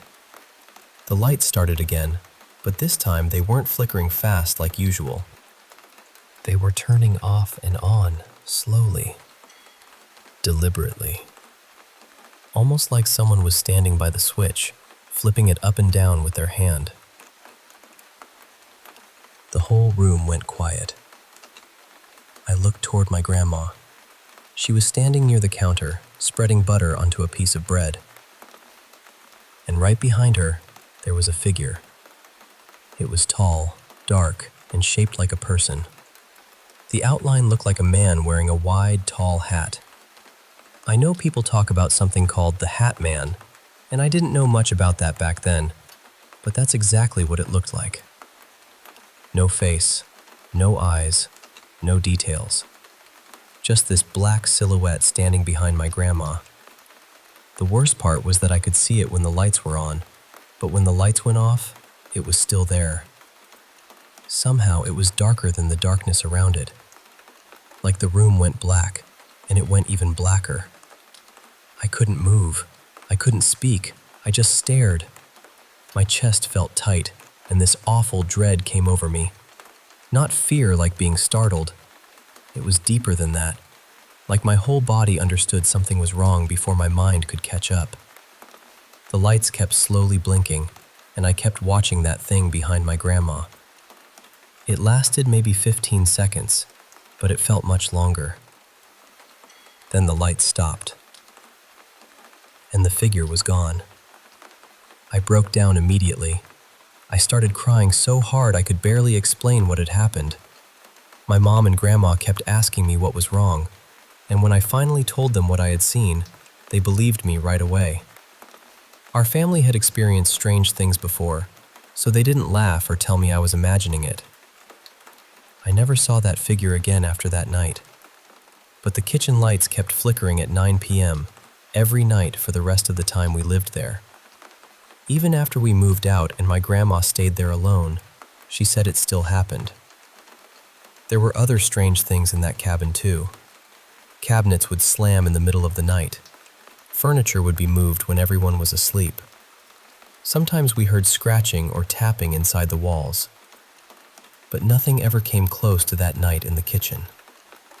Even now, whenever I'm around flickering lights, I feel that same anxiety start creeping up again. It takes me right back to that cabin, to my grandma standing at the counter. and to that shadow standing silently behind her.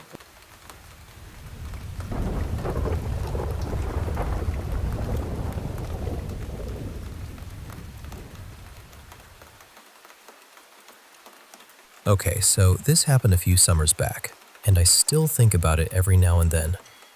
I've told friends and family about it before, but I wanted to share it because I honestly wonder if anyone else has ever seen something like this. So, maybe 3 or 4 years ago, near the end of summer, my friend Caleb and I drove way up into northern Michigan to do some night fishing on this remote little river. We were really into this kind of fly fishing at the time, where you use these big floating flies that are meant to look like mice. The idea is that big brown trout come out after dark and hit them on the surface. We had actually chosen that night on purpose because there was basically no moon, just a deep, black, quiet kind of night. Supposedly, the darker it is, the bolder the trout get. That's why we were out there after midnight, standing in the middle of nowhere, in a stretch of national forest land, slowly wading downriver. It was a place we'd fished before, but it wasn't exactly a popular spot. Smaller river, no nearby towns, no lights, no houses, nothing. Just trees, water, and that heavy nighttime silence. We were moving carefully, casting as we went, trying not to step into deep holes or trip over submerged branches. Caleb was a little ahead of me, maybe 20 or 30 feet, when he suddenly stopped and said, "Hey, what is that?" And the way he said it immediately got my attention. He didn't sound curious. He sounded startled. So I looked up. Coming over the tree line on one side of the river was this strange aircraft. At least, that's the only word I know to use for it. It moved straight across the open strip of sky above the river, passed almost directly over us, and then disappeared behind the trees on the other side. The first thing I noticed was the silence. There was no engine sound, no hum, no chopping noise, nothing. And it looked low. Not dangerously low, but much lower than any normal plane would be flying out there. The way it moved was strange too.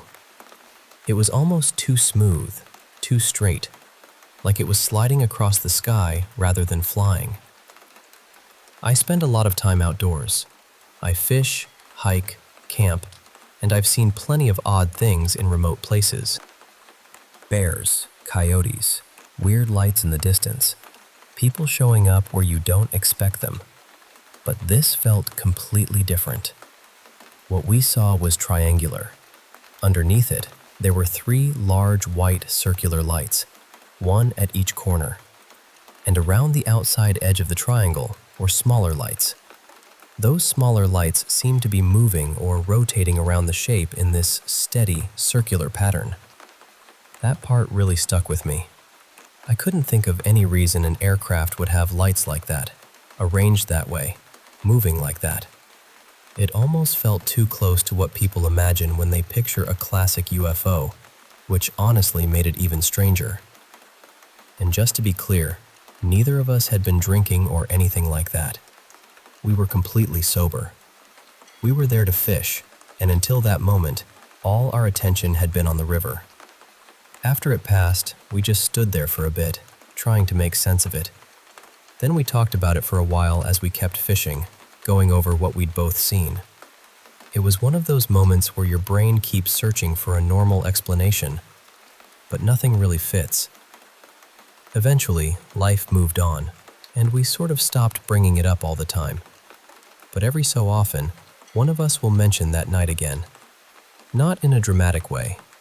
More like, "Remember that thing over the river?"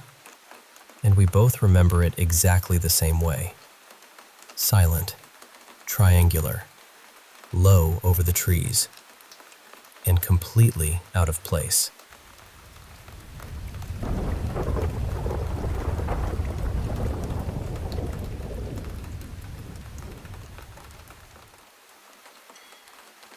We moved into this apartment a little over 2 years ago, and at first, honestly, everything felt completely normal, comfortable even. It was just our place. Nothing strange, nothing heavy. Then one night, we started hearing this tapping. At first, I tried to brush it off. I work in construction, so I figured maybe I could find the source. Pipes, settling, loose vents, something in the walls. I checked what I could, probably more thoroughly than most people would, and I found absolutely nothing. So we called maintenance. They came out, looked around, and they didn't find anything either. They told us it was probably squirrels or rats, something like that. Then the apartment sent pest control, and the guy treated the place, but even he said he didn't see any signs of anything living in there. And for a while, the tapping stopped. Maybe a month went by. Then it came back. That was when it started feeling different. It wasn't consistent. I couldn't recreate it. I couldn't figure out what made it happen. Sometimes it sounded like little taps. Other times, I swear it sounded like someone smacking the floor with an open hand. Then one night, my wife, Lena, and I were lying in bed trying to fall asleep when we heard this loud slam from the living room. We both froze. I got up and checked, and there was a box of pens lying on the floor. The weird part was, that box wasn't supposed to be out. It was kept inside a drawer. We barely even touched it. It was just extra pens for work. So we're standing there, confused, trying to make sense of it. Lena is half convinced I left it out somehow, and I'm telling her I didn't. And right in the middle of that conversation, we heard a loud tap on our bedroom window. We rushed over. Nothing was there. After that, I started noticing a pattern. Something would happen, tapping or slamming or some little object being moved, and then everything would go quiet for 2 or 3 days. Then it would start again. For a while, it almost stopped completely. I thought maybe we were finally done with it. Then Lena left for a work trip, and I was alone in the apartment for a week. That was when things got bad. It felt like whatever this was had been waiting for me to be by myself. Doors would open and close. The tapping came back at random times. Small things started disappearing. Watches, keys, rings. The bathroom light would turn off by itself. The worst one was a ring I lost. It had been a gift from my late mother, and when that vanished, I took it personally. I know that sounds strange, but it felt targeted, like it knew exactly what would hurt. The final straw was my bedroom door. One night, I got ready for bed, closed the door, locked it, and went to sleep. When I woke up, the door was wide open. I just sat there staring at it. I felt violated. I felt crazy. I kept trying to come up with some logical explanation, but there wasn't one that made sense. I made it 3 days alone before I fully believed this apartment was haunted. That was when I started wondering if maybe it was some kind of trickster spirit. I don't really know anything about that stuff beyond what I've read online, so I'm not pretending to be an expert. But the way it messes with objects, the way it scares you and then disappears for a few days, it just feels intentional. And on top of all that, Lena and I started having weird dreams. A lot of them were about dead relatives coming back, or just straight-up nightmares that left us waking up exhausted. The whole apartment feels different now. Darker, heavier, like the air has gone stale in a way cleaning can't fix. And I've tried. I deep cleaned the place. We changed furniture around. I tried staying positive, keeping my head clear, not feeding into the fear. Nothing helped. Our lease ends soon, and we're moving when it does. But I'm scared it might be attached to me somehow, especially because of how intense everything got when Lena was gone. Our friends keep telling us to cleanse the apartment, but honestly, some of them won't even come over anymore after hearing what's been happening. Lately, we've been trying not to acknowledge it at all. If we hear tapping, we ignore it. If something disappears, we don't talk about it in the apartment. If there's a slam at night, we just stay quiet. We heard that speaking to it can make things worse. So for now, we're pretending we don't hear it. Even when we do.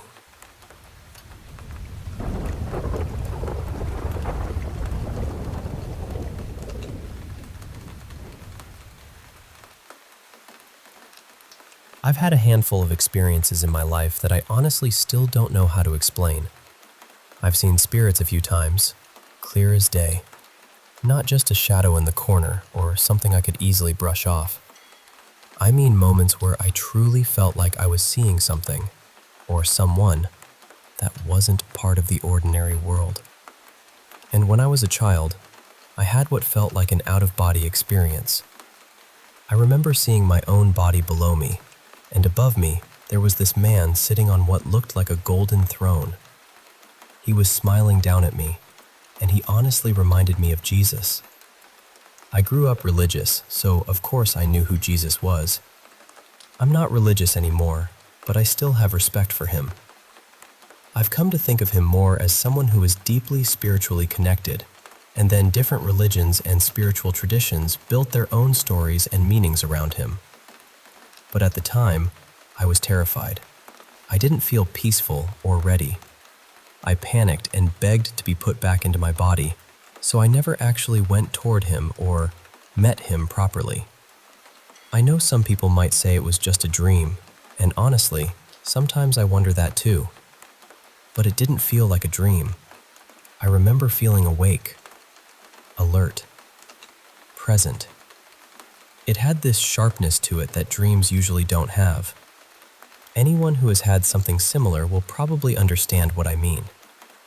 From a young age, I had rare moments where I felt like I saw a loved one in spirit. So, in a way, I think I was always a little sensitive to those things. And then there's manifesting. There have been times where I thought about something I really wanted, and somehow it would start showing up in my life. Sometimes online, even if I hadn't searched for it or talked about it near my phone. Other times, it would appear in person. One of the clearest examples was a book I really wanted. I used to think about this book all the time. I would daydream about owning it, and I just had this feeling that one day I would have it. I planned to buy it eventually, but the problem was that I really couldn't afford it at the time. I was struggling financially, and I had no idea when I'd actually be able to get it. So I felt a bit disappointed, but I kept it in my mind. I thought, someday I'll have that book. Then one afternoon, I went into a charity shop. Some people call them thrift stores or antique shops, depending on where you are. I always recommend looking in those places, by the way, because you never know what you'll find. And there it was. The exact book I had been wanting. It was sitting there for something like £1.50. I just stood there staring at it for a second because it felt so strangely perfect. It was in beautiful condition too, almost shiny and new. Of course, the funny part is that I'm a huge procrastinator, so I've had it for nearly a year now and still haven't properly read much of it. But still, finding it like that felt magical. With witchcraft, I never got fully deep into it, but I have tried little spells here and there.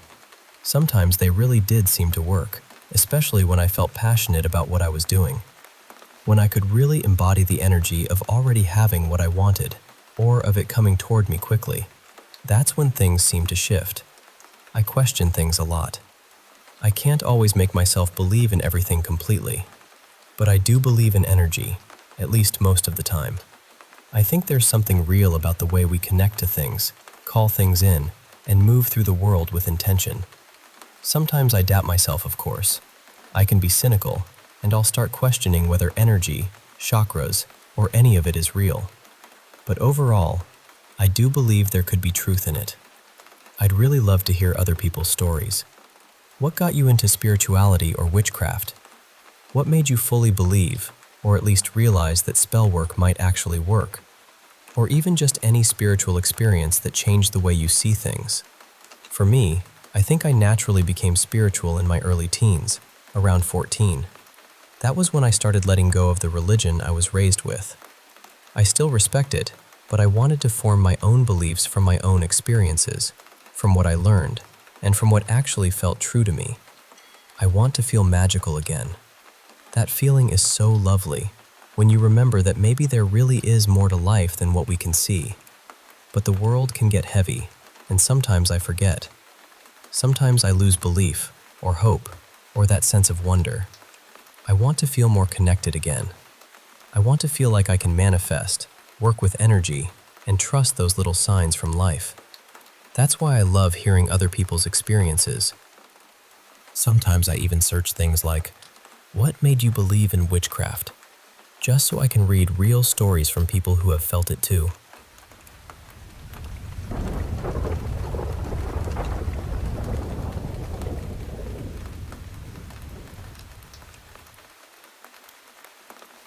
I want to tell you something that shaped the way I understood fear for most of my life. When my grandmother passed away, she told my mom something that stayed with our family like a shadow in the hallway. She said Satan had told her, "I couldn't get you, but I'm going to get your children." I was young when I heard that, and I carried it around with me. I remember being terrified that Satan was somehow waiting for me, watching for one mistake, one wrong choice, one crack in the door. So I tried to be good. I tried to do everything right. And honestly, growing up, strange things happened in our family all the time. Things we could not explain. Things that felt heavy and wrong. We had our house blessed more than once, and for a long time I thought that was normal. I thought every family had stories like that, until I married my husband Mason, and he told me he had never experienced anything even close to paranormal until he met me. We were raised in a very strict LDS home. We read scriptures every night. When I was old enough, I went to do baptisms for the dead. I believed I was doing everything I possibly could to stay protected, to keep evil away, to be the kind of person bad spirits could not touch. But then one day, my sister said something that changed the way I looked at everything. She told me that every time she read her scriptures, she would get sleep paralysis. She said she saw terrifying things, and sometimes it felt like a man was pushing down on her chest. But when she did not read her scriptures, it did not happen. I did not know what to say to her, because honestly, I understood. I would not want to read them either. When we told my mom, she said, "The closer you are to God, the harder Satan attacks you." And I know she meant it as an explanation, maybe even comfort, but to me, it was horrifying. It made me feel like doing the right thing did not make me safer. It made me feel like it made me a bigger target. There were so many experiences after that. Seeing things, hearing things, rooms being torn apart, feelings in the house that made the air seem too thick to breathe. But the most haunted experience I ever had happened at my grandparents' house. They were extremely devout, the kind of people I thought evil could never get near. I was sleeping upstairs when I woke up to the sound of someone running around my room. Not walking, running. It was the middle of the night, and it went on for what felt like forever. I lay there frozen, trying to convince myself I was imagining it. But I knew what I was hearing.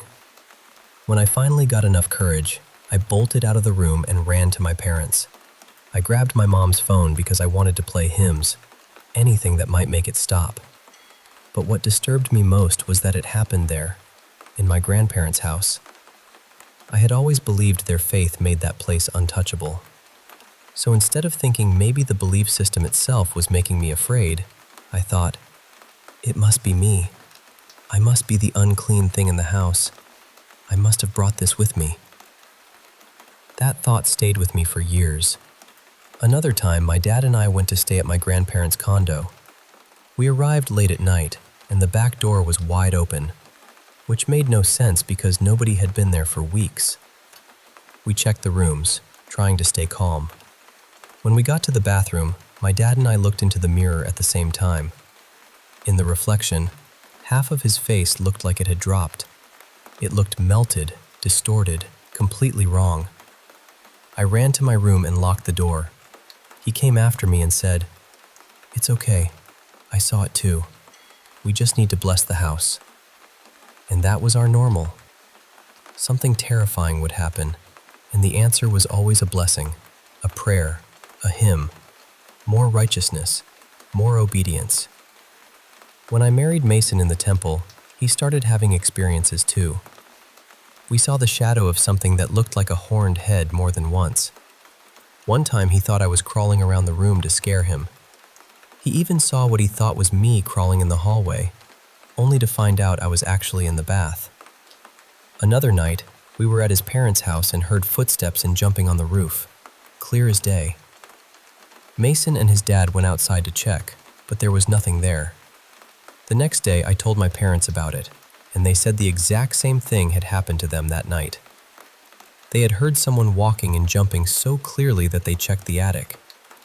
When I became pregnant with my first daughter, everything felt worse. I became extremely sensitive to anything scary.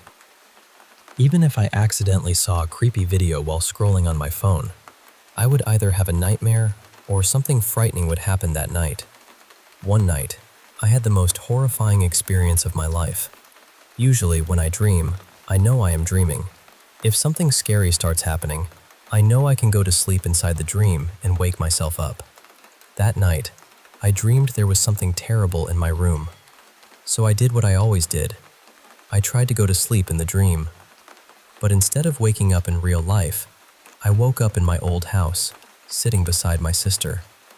She pointed to the end of her bed, and there was a dark figure sitting there. I panicked and tried to sleep again. Then I woke up in my grandparents' condo, with dark figures standing in the corners. Again and again, I kept waking up in different rooms I had lived in, different houses from my past, and every single one had those figures waiting for me. It felt endless. I did not know what reality I was trying to get back to. I genuinely thought I was trapped somewhere, maybe hell, maybe something worse than I had words for. When I finally woke up beside Mason, I was screaming and sobbing. I have never cried like that in my life. Afterward, I was terrified to fall asleep. I slept in my garments because I believed they were protecting me, and I was scared to ever sleep without them. Growing up LDS, I had always been taught that Satan works hardest on the people closest to God.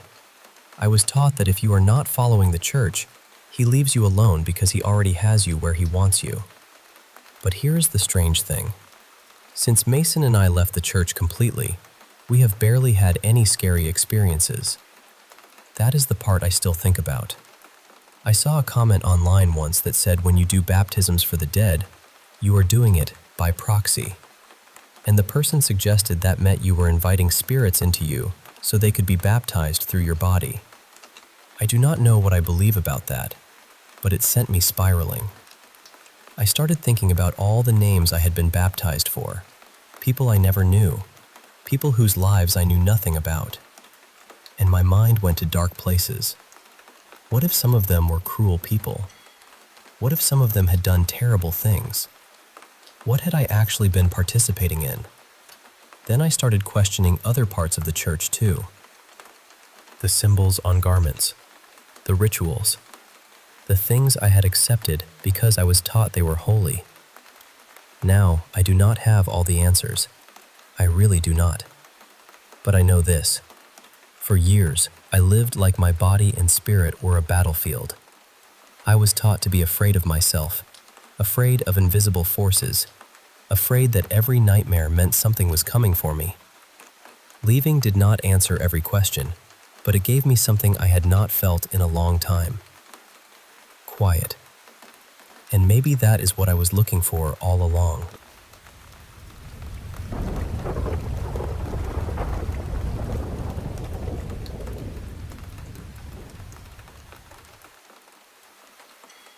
This happened a couple of years ago, back when I was staying in a girls' hostel while doing my higher secondary studies.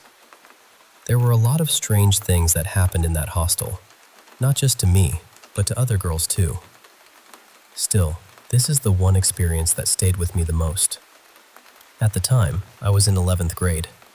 One evening, my friends and I were sitting inside the dormitory. Our seniors had exams, so the warden had told all of us juniors to stay there and keep quiet so we wouldn't disturb them.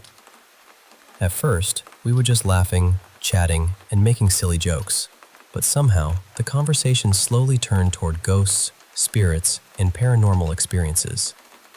One of my friends, Mira, really believed in those things.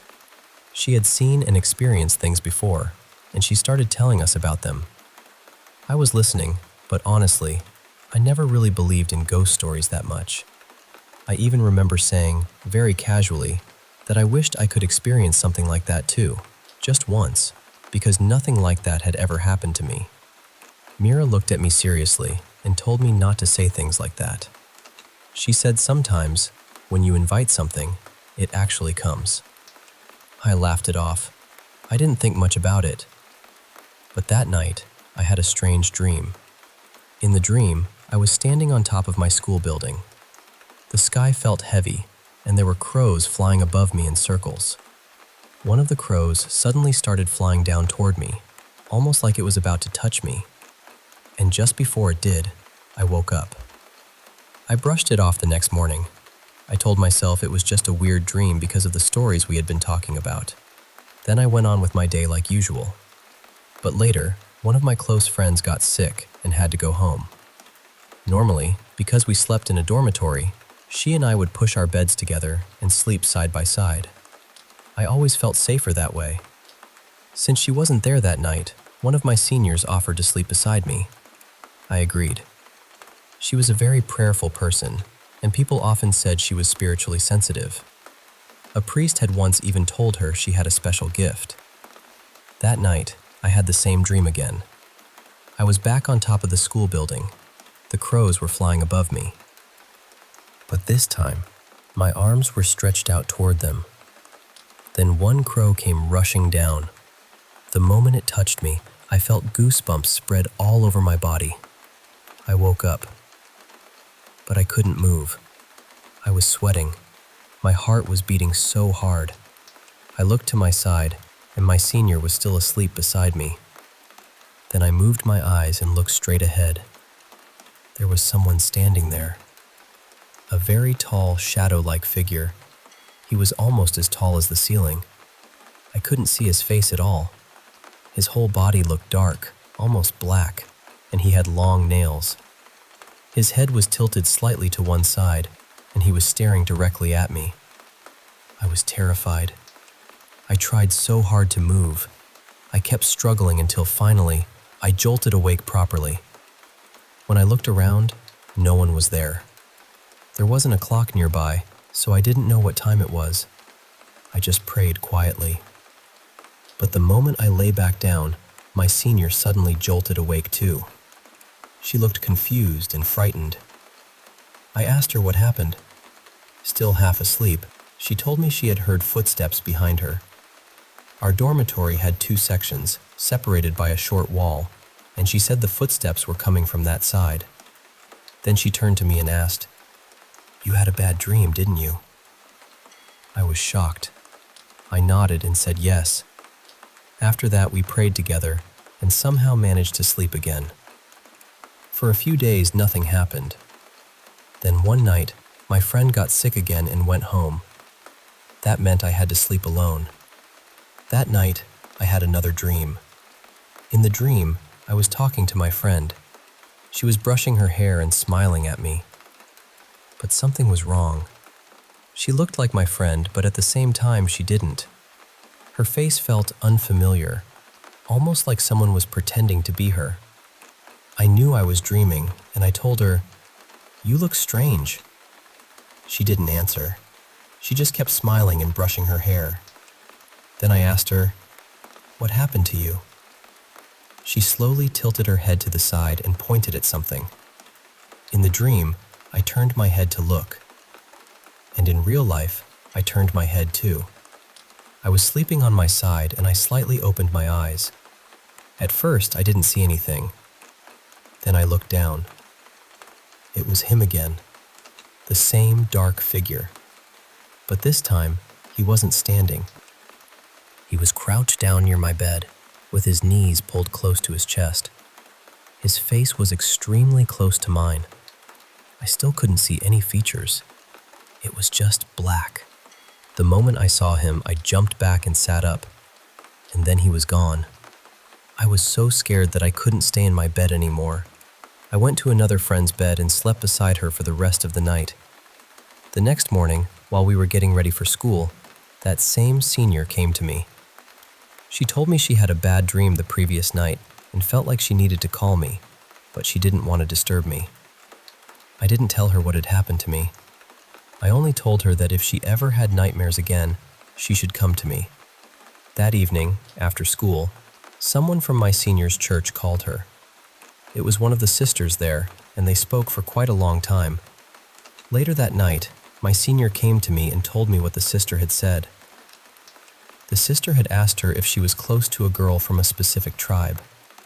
I live in a tribal state in India, and in that hostel, I was the only girl from that tribe. Then the sister asked if we had ever slept in the same bed. When my senior said yes, the sister told her that the girl, meaning me, was being followed by a wandering spirit. She said it had followed me while I was traveling from far away. My hostel was about 2 hours away from my hometown. The sister also said that when my senior touched me after waking up that night, the spirit had started following her too. She told my senior to be stronger in prayer and to pray for me as well. That conversation frightened me more than anything else because nothing like that had ever happened to me before. But after that day, I never saw that shadow figure again. I eventually left the hostel in my second year, not because of this experience, but because the environment there just wasn't good for me. Even now, I still sometimes dream of crows flying above me, but they never come down anymore.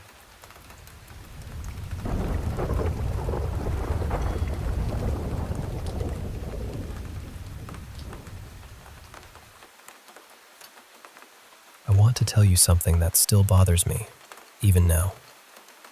A little over a year ago, 2 of my friends and I moved into this newly built apartment complex.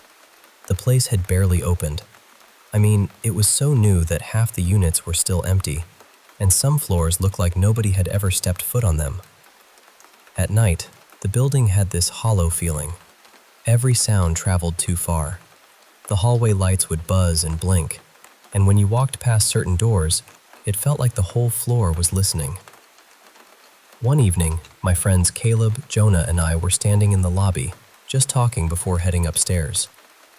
Then, out of nowhere, we heard a voice above us. It came from somewhere high up, maybe the 9th floor, and it called Caleb's name, clear as day. At first, I thought Jonah had said it as a joke, but the 3 of us all froze and looked at each other at the same time. None of us had spoken. The worst part was that the voice sounded exactly like Jonah. We didn't know what else to do, so we got into the elevator and went up to the 9th floor. The doors opened, and the whole floor was dark, empty.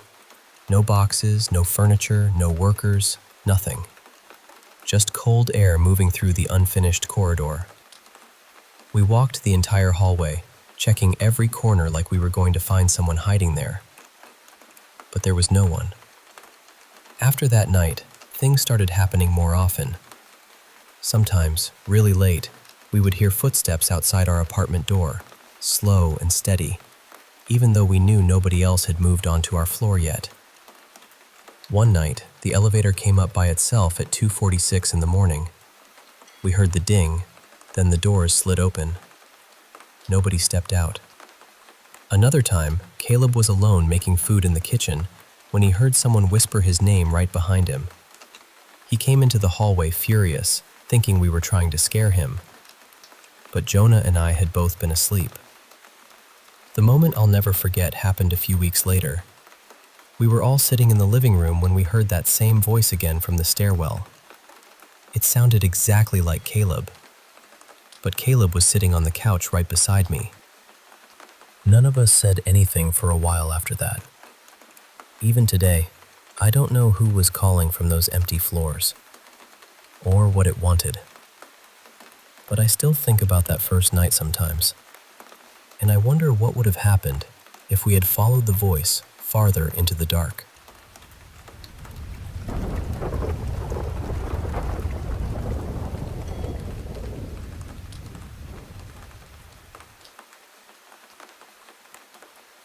You know, in Kosi Kalan, people still talk about this story softly, not loudly, Not like gossip, more like something they still haven't fully made peace with. And the strange part is, it's not only the older people who speak about it. Even educated men from the village, people who studied in cities, people who used to laugh at these kinds of stories, even they say, something happened there that we cannot explain. At the beginning, nobody believed it. Most people said it was just a family land issue. A sad matter, yes, but nothing beyond that. This was around 11 or 12 years ago. There was a young man named Rajveer. His father had some ancestral land, and his father's 3 brothers wanted control over it. For a long time, there had been tension in the family. Then one night, things became violent. By morning, Rajveer's father was gone. Everyone in the village knew what had really happened. But knowing something and saying it openly are 2 different things, especially in a small place. The police came, papers were written, statements were taken, and then, slowly, the matter became quiet. Rajveer was left alone. People remember him as a calm boy, very focused. He was preparing for government exams, and he did not mix much with others. But after his father's death, something inside him changed. He became more silent than before.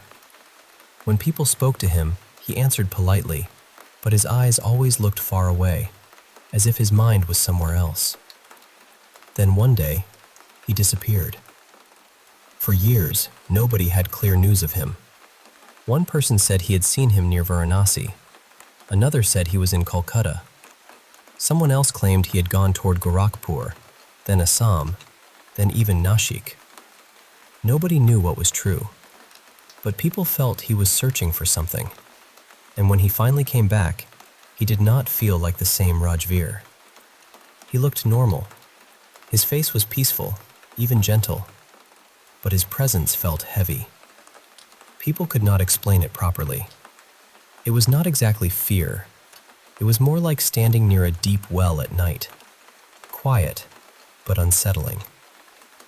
Then things started happening. The first uncle became sick.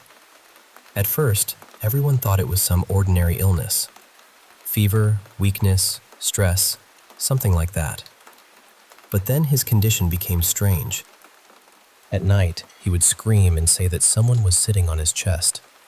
He kept saying there was a dark shape in the room, standing silently, watching him. Doctors came, tests were done, medicines were given, but nothing made sense. Day by day, he became weaker. He stopped eating properly. His body dried out, and within a few weeks, he died. Even then, people said, "It happens. Maybe it was illness. Maybe it was guilt. Maybe it was age." But when the second uncle began suffering, people grew quiet. He started saying that something small, almost like a child, was following him. He would turn around again and again, even in the daytime. After sunset, he refused to sit alone. He said his legs were burning, as if he was standing on hot ground. Neighbors tried to stay with him for a few nights, but after that, they stopped. They said the house felt wrong after dark. Then one morning, he was found outside his own home, dead. There were no marks on his body, no sign that anyone had touched him. But his face looked terrified, as if he had seen something at the very last moment. After that, even the practical people in the village started wondering. The third uncle became frightened. He tried to protect himself in every possible way.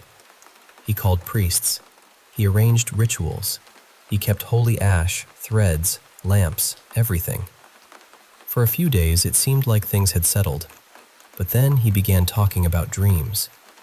He said the same dark figure came every night. It did not speak. It did not attack him. It only stood there and watched. And somehow, that was worse. He stopped sleeping. He said something pressed on his chest at night.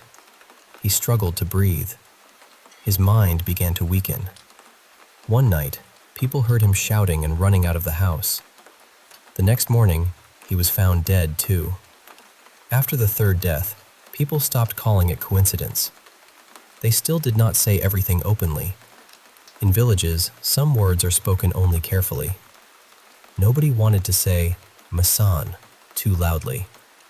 But people began saying, this was not normal. This was something beyond us. Later, some villagers claimed Rajveer used to go alone to the Yamuna River at night. Not once or twice, but many times. Nobody dared follow him closely. A few people said they saw a small light from far away. Others said they heard sounds in the wind, like chanting, but very faint. Nobody knows the full truth. After all of this, Rajveer's life changed again. He became financially strong, though nobody could say exactly how. He still prepared for exams, but he also started helping people. He gave money to poor families. He helped widows. He arranged marriages for girls whose families could not afford the expenses. People respected him deeply, but they also kept a little distance. Even today, when this story comes up in Kosi Kalan, people do not argue about it the way they used to. The educated ones do not say, impossible. The older ones do not explain too much. They just lower their voices and say that there are some things in this world that logic alone cannot hold. And there is one line people still repeat there. First, we did not believe it. Then we watched it happen.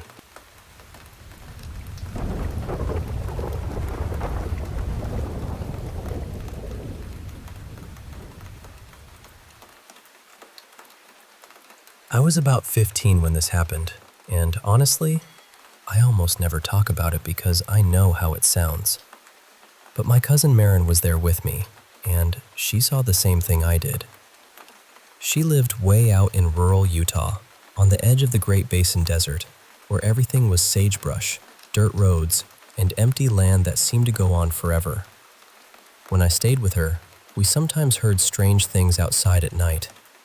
Footsteps behind us when we were walking.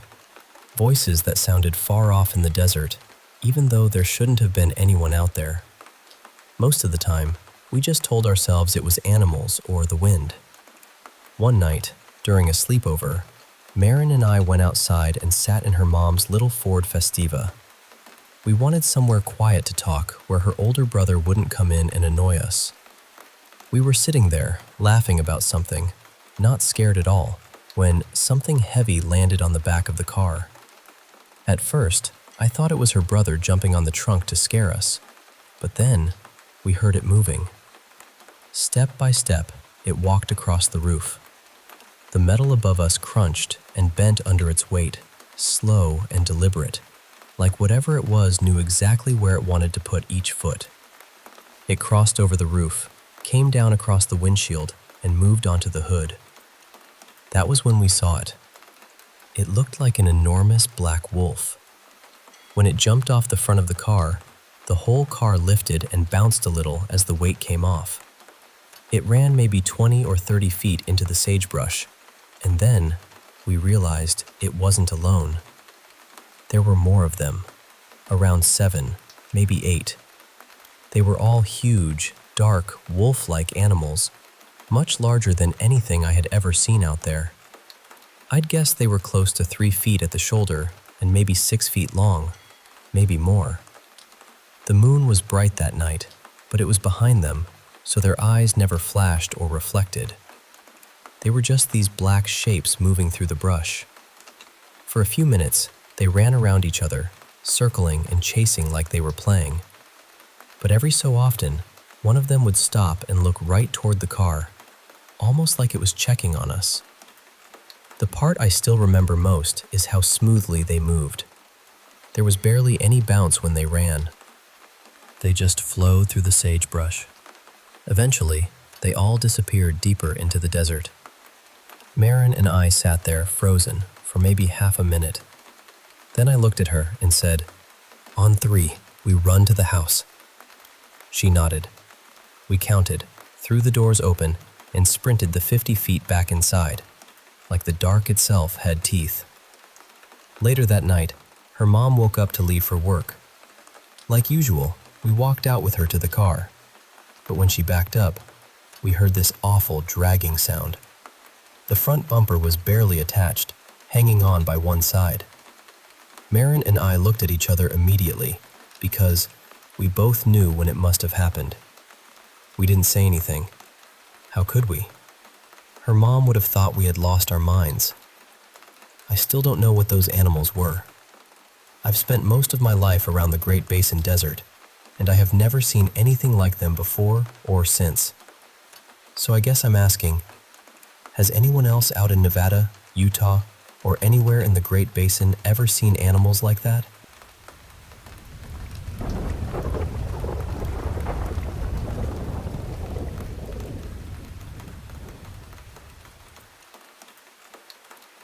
Yesterday was my granddad's funeral. I've always been kind of fascinated by the thought of spirits being present at their own funerals, quietly watching everyone gather, listening to the stories, feeling all the love in the room. That wasn't really the main thing on my mind at first, but it stayed somewhere in the background. After the service, we had a repast at the house. Later that evening, I ended up sitting with my granddad's cousin, who had also been his childhood best friend. We drank whiskey together while he told me stories about my granddad, stories from when they were younger, stories I had never heard before. It felt really full circle, because whenever my granddad and his cousin got together, my granddad would always open a bottle of Johnny Walker. So there we were, doing that same thing in his house, with his chair sitting right there in the living room. And for some reason, I could not stop staring at that chair. It was his reclining chair, the one that always felt like it belonged to him more than the room itself did. His cousin was talking, telling these beautiful old stories, and I was listening, but my eyes kept drifting back to that chair. I didn't really know why. I just kept looking at it. Eventually, I went to sleep.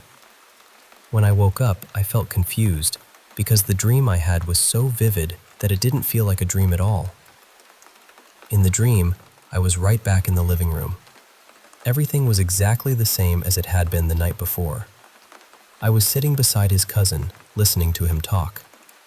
I even remember wearing the same outfit I had worn that night. Nothing felt strange. Nothing felt imaginary. But then I looked at the reclining chair, and my granddad was sitting there. Not the older version of him from the end of his life, but a younger version, maybe from the mid-80s.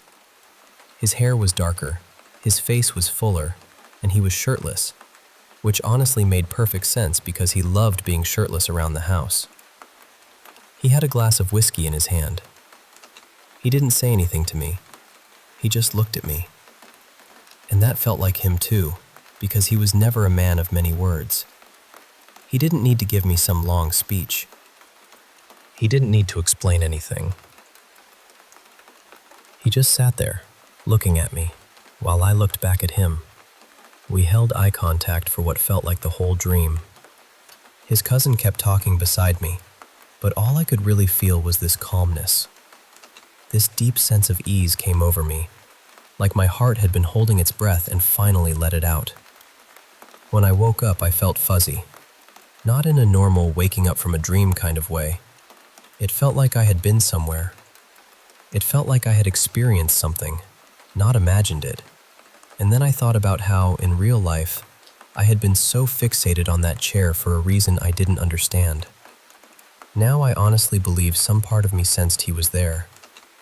I think I knew before I knew. Later that day, I went to see him again because he was scheduled to be cremated. At his viewing, I told him about the dream. I thanked him for finally coming to visit me, and I told him he could come back any time. It was bittersweet because before he passed, I told him that I knew he would always be with me. I told him to make himself known to me whenever he could. For context, my granddad and I had a really deep bond. I was his first granddaughter, and he was more than just my grandfather. He was a father figure to me.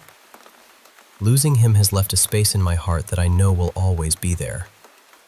But at the same time, I've been trying to embrace the spiritual connection between us. That dream reminded me that love does not just disappear when someone's body is gone. Some bonds reach past the physical. I had been waiting for a visit from him since he passed.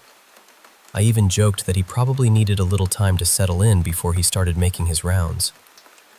But to actually feel him there, to see him in that chair with his whiskey, just being himself, is something I will never forget.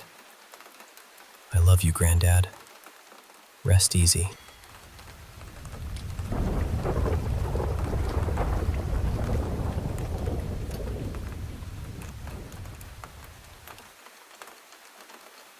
I'm 18, and I've always thought of myself as a pretty grounded person. I study. I play sports. I have a boyfriend. I don't drink. I don't smoke. I'm not into drugs, and I don't have any health problems. And honestly, I don't believe in anything paranormal. I can watch spooky videos online for fun, sure, but that's about as far as it goes.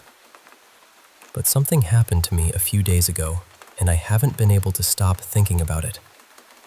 I keep telling myself there has to be a normal explanation. There probably is one. I just can't find it.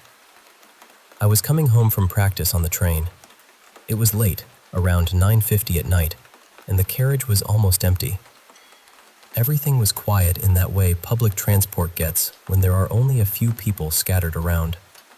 Nobody really looking at anyone else. At one point, between two stations, two girls who looked about 15 walked over to one of those 4-seat sections, the kind where two people can sit facing two others. Before they sat down, while they were still standing, I saw something that immediately caught my eye. On both of their left shoulders, in exactly the same place, there were red marks. Not flat marks either. They looked raised, almost like scratches or irritated scars. And they weren't just similar, they looked identical. Same shoulder, same area, same shape. It was strange enough that I looked down at my phone and messaged my boyfriend, Marcus, because we were already texting. I wrote something like, "I just saw two girls with scars in the exact same spot. They look about 15, and they both have a bunch of red marks on one shoulder." Then I sent another message. "It's really weird." Right after that, I looked back up. By then, the girls had sat down facing each other.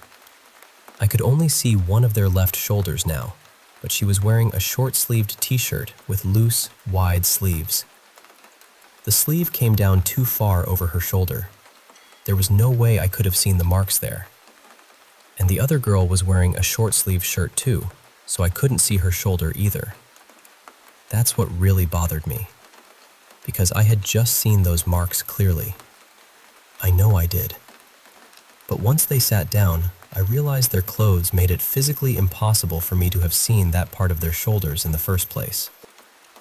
I tried to explain it away.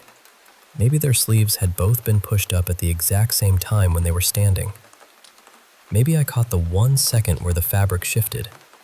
Maybe there's some boring, ordinary explanation and my brain is just making it feel stranger than it was. But it didn't feel like that.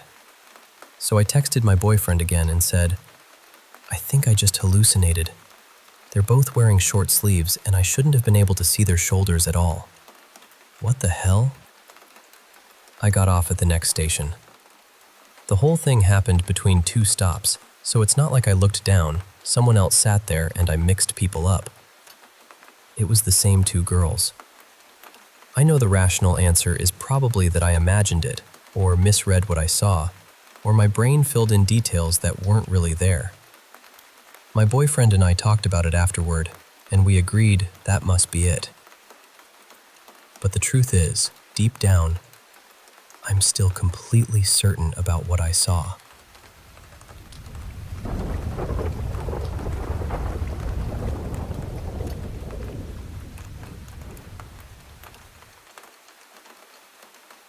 I'm honestly not even sure where to start with this, because every time I try to explain it, it feels like I'm pulling one loose thread, and the whole thing starts unraveling. My family has this big old house back in my parents' home country. It was built sometime in the late 80s in what used to be a really quiet, half-empty town. For years, nobody lived there full-time. My grandparents, my mom, my aunts, and my uncles would mostly just go there for summers and holidays. They didn't really settle into it properly until around 2006. But for us kids, that house was everything.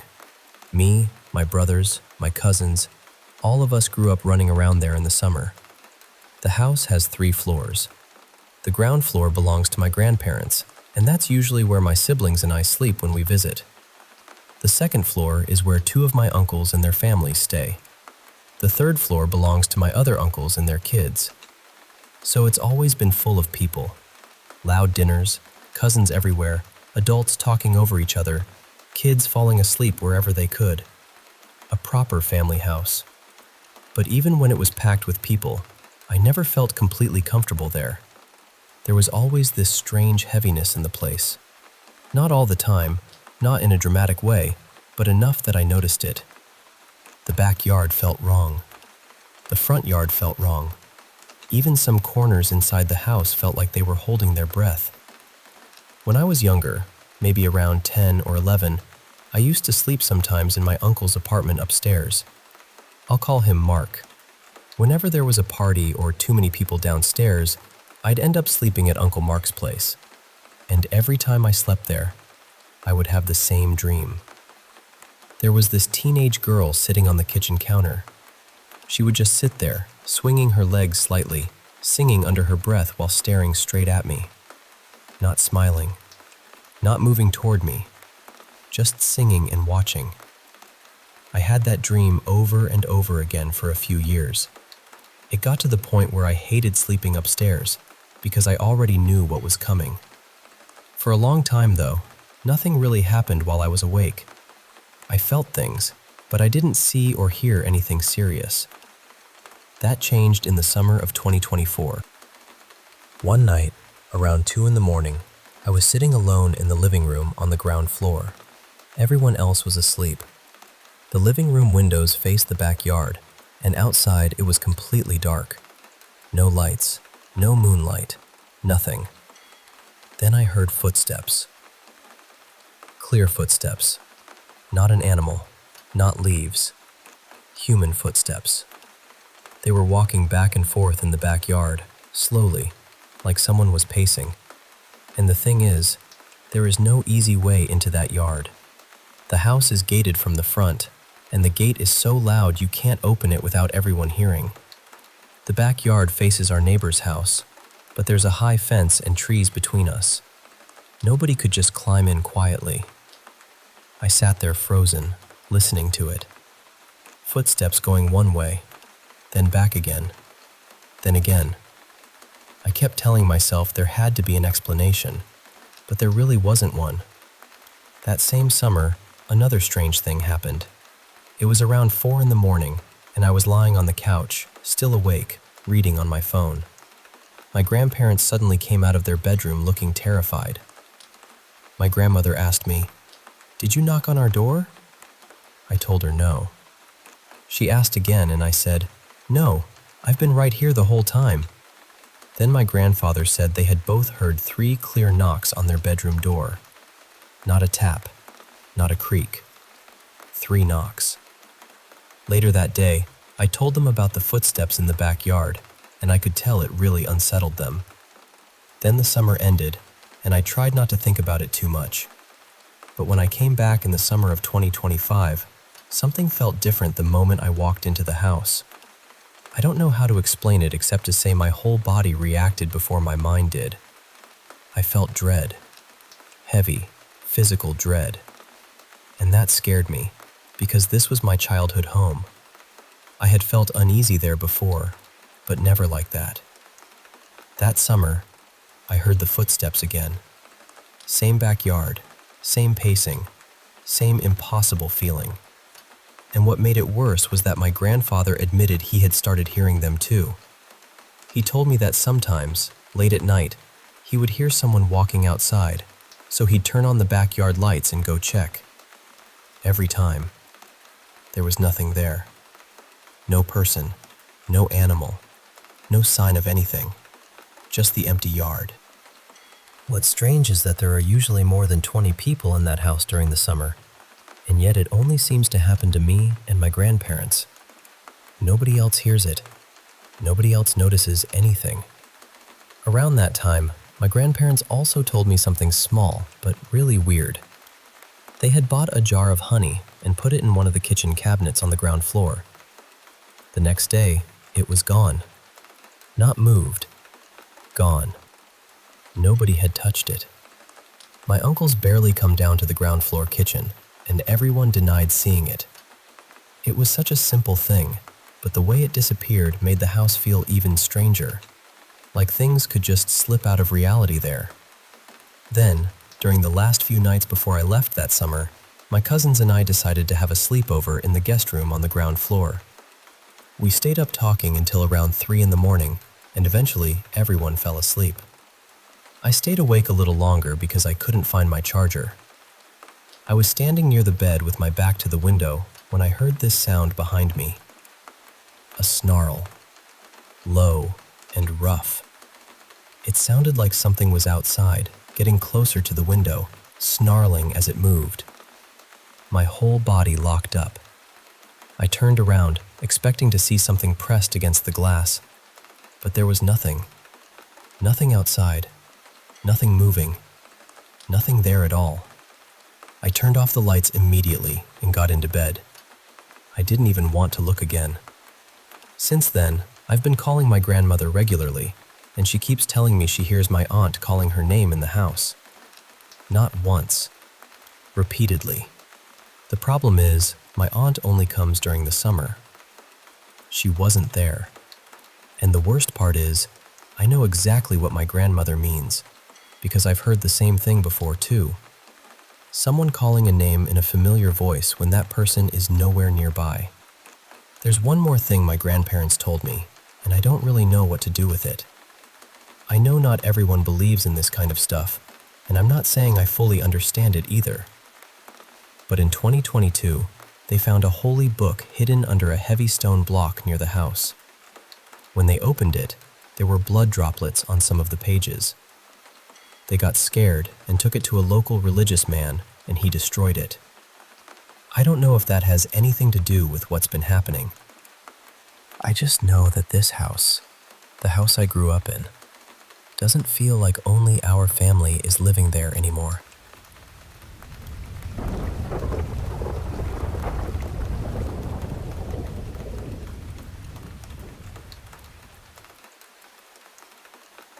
Okay, so, for a little bit of context, I'm 22, and I've always been an incredibly light sleeper. I remember my dreams almost every night, but honestly, most of them are nothing special. Just random, everyday stuff. When I was younger, I used to sleepwalk here and there, but I grew out of it. These days, the most I'll usually do is mumble something ridiculous in my sleep. My boyfriend, Mason, is the complete opposite. He sleeps like a rock, and he almost never remembers his dreams.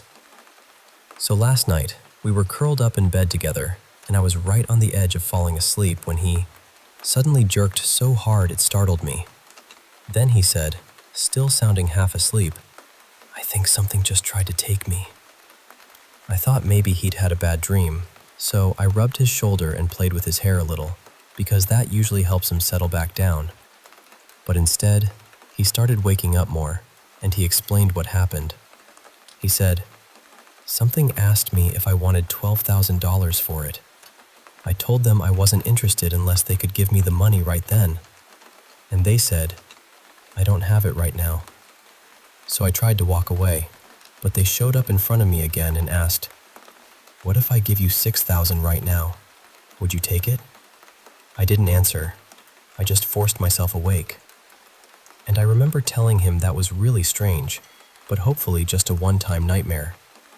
We both believe there are things out there that people don't fully understand, and we've had a few odd experiences before, but we absolutely do not mess around with anything that feels like an invitation. At the same time, dreams can just be bizarre. Not every creepy dream means something is trying to barter for your soul in the dark. But then this morning, I woke up first and started getting ready for work. A little while later, Mason woke up and said, "I kept having different versions of that dream all night. I kept waking up, but it wouldn't leave me alone." And then he told me something that genuinely scared me. He said that at one point, after waking up again, he started saying a prayer. Apparently, I had been cuddling him, then I rolled away, which made him feel a little sad. But then, according to him, I suddenly sat straight up, grabbed him, and shook him until he was fully awake. And for several minutes, I kept asking him, "Do you want it? Do you want it?" Over and over. He said he was terrified and kept saying, "No, no, leave me alone, I don't want it." Eventually, I just lay back down and seemed to fall asleep like nothing had happened.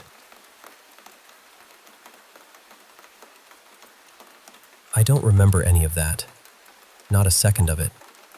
And I want to be very clear, I would never joke about something like that, ever. That is not my sense of humor. I would never pretend to be part of something that scared him like that. So now, we're both completely rattled. Part of me is trying to be rational and say, okay, maybe I was half asleep and talking nonsense. Maybe he was stuck in a nightmare loop. Maybe this is something to bring up with a doctor if it happens again.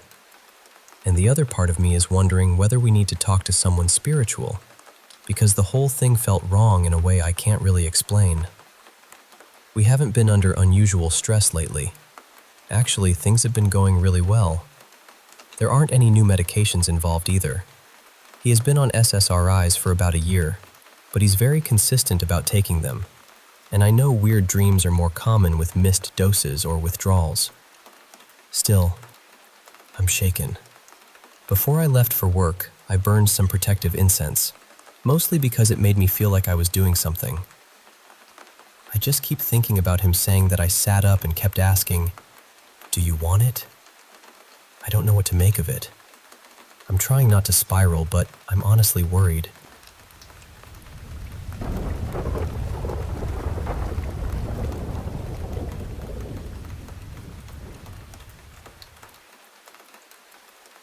I still wonder sometimes if what happened was real, or if it was just one of those strange things a child's mind can stitch together when the sun is hot and the world feels bigger than it really is. Back then, I had a best friend named Lena. We had known each other since we were very small. I don't remember every little thing from my childhood, but I remember her being there. She was part of the scenery of my life, almost like the old trees near our road, or the sound of people calling from house to house in the afternoon. But you know how childhood friendships can be. You grow older, things stretch out, and suddenly the person you once spent every day with becomes someone you only talk to once in a while. That happened to us eventually. But before all that, when we were still close, there was one afternoon I never really forgot. I think we were around 9 or 10. I'm not completely sure, but we were still young enough to spend entire days inventing games out of almost nothing. Our houses were not close to each other, so whenever I visited her, we made the most of it. We played jump rope, marbles, tag, hopscotch, pretend house, and of course, hide and seek. And honestly, after what happened, I understand why hide and seek shows up so much in scary stories. There is something about searching for someone in a quiet place that turns even small sounds into little needles under your skin. Near where Lena lived, there was an old, abandoned house. Well, abandoned might be too generous. Most of it was already falling apart. The walls were still standing, but the place felt hollow, like it had been emptied out and forgotten. It used to belong to a distant relative of ours, so we weren't exactly forbidden from going there. And because a few things had been left behind, old cups, plates, wooden chairs, bits of furniture, it became the perfect place for children to play. That day was during summer vacation. The air was warm, the kind that makes everything feel slow. Lena and I decided to play hide and seek inside the old house. I was the seeker, and she was going to hide. Where I grew up, we had a special rule for hide and seek. The person hiding could still win if they managed to sneak back to the place where the seeker counted, touch it, and shout, "Tagbo." It meant something like found or returned. So while I was looking for Lena, I also had to protect the spot where I counted. After I finished counting, I started searching through the rooms. The house was quiet, except for the sound of my own feet and the little creaks that old places make for no clear reason. Then I heard something. A soft shuffling. I stopped and listened. It sounded like it came from the back of the house, near the kitchen. So I followed it.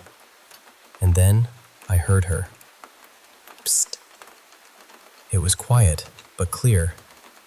It sounded exactly like Lena. At first, I almost laughed because I thought she was being careless. I mean, why would you call the seeker if you were trying to hide? It felt like she wanted me to find her. So I moved quickly toward the kitchen. Just before I reached the counter, I saw someone crouch down behind it. I saw a shoulder. I saw the back of a head. I was so sure it was Lena. There was no doubt in my mind. I rounded the corner, ready to catch her. But there was no one there. The space behind the counter was empty. I remember standing there, frozen, trying to understand what I was looking at. There was nowhere for her to go. The kitchen didn't have another door. There wasn't a window big enough for her to climb through that fast. Nothing. And then, from the living room, I heard Lena shout, "Tagbo!" I ran back, and there she was, standing by the spot where I had counted, laughing like she had just pulled off the cleverest trick in the world. She told me she had been hiding behind a shelf in one of the rooms the whole time. She said it was funny that I never checked properly. She had no idea why I had gone to the kitchen. But I know what I heard, and I know what I saw. Even now, I don't think it was possible for Lena to have been in the kitchen and then somehow reach the living room before me. She would have had to slip past me, leave through some hidden opening, run around the house, come back through the front, and touch the counting spot before I even turned around. That just didn't make sense. After that day, I kept trying to convince her to play somewhere else whenever we met. Anywhere else. Just not in that house.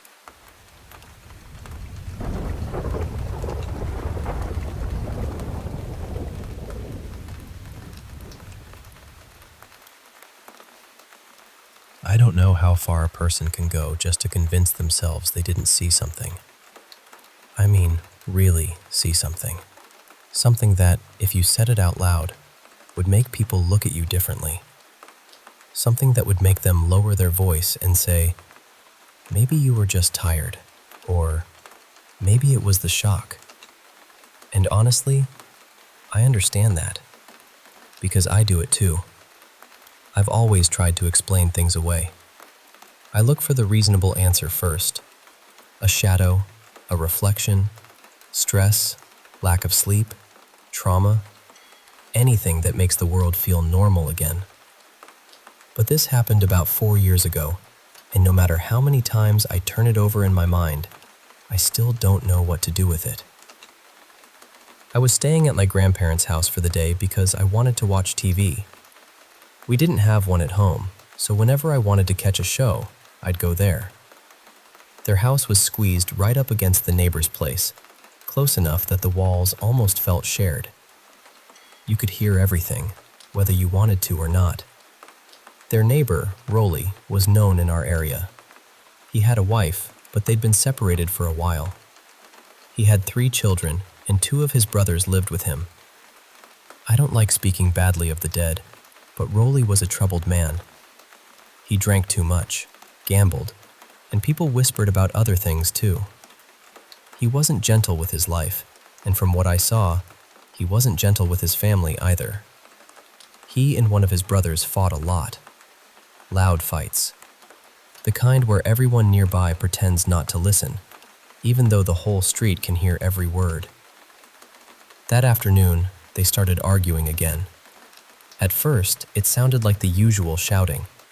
Angry voices, chairs scraping, someone cursing.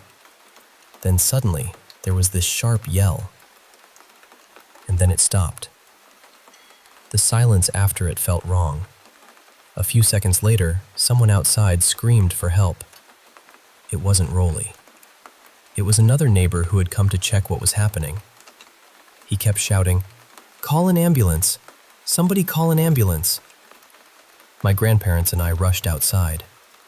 A few people were already gathered by the doorway, but nobody wanted to step inside. I looked in. Rolly was on the living room floor.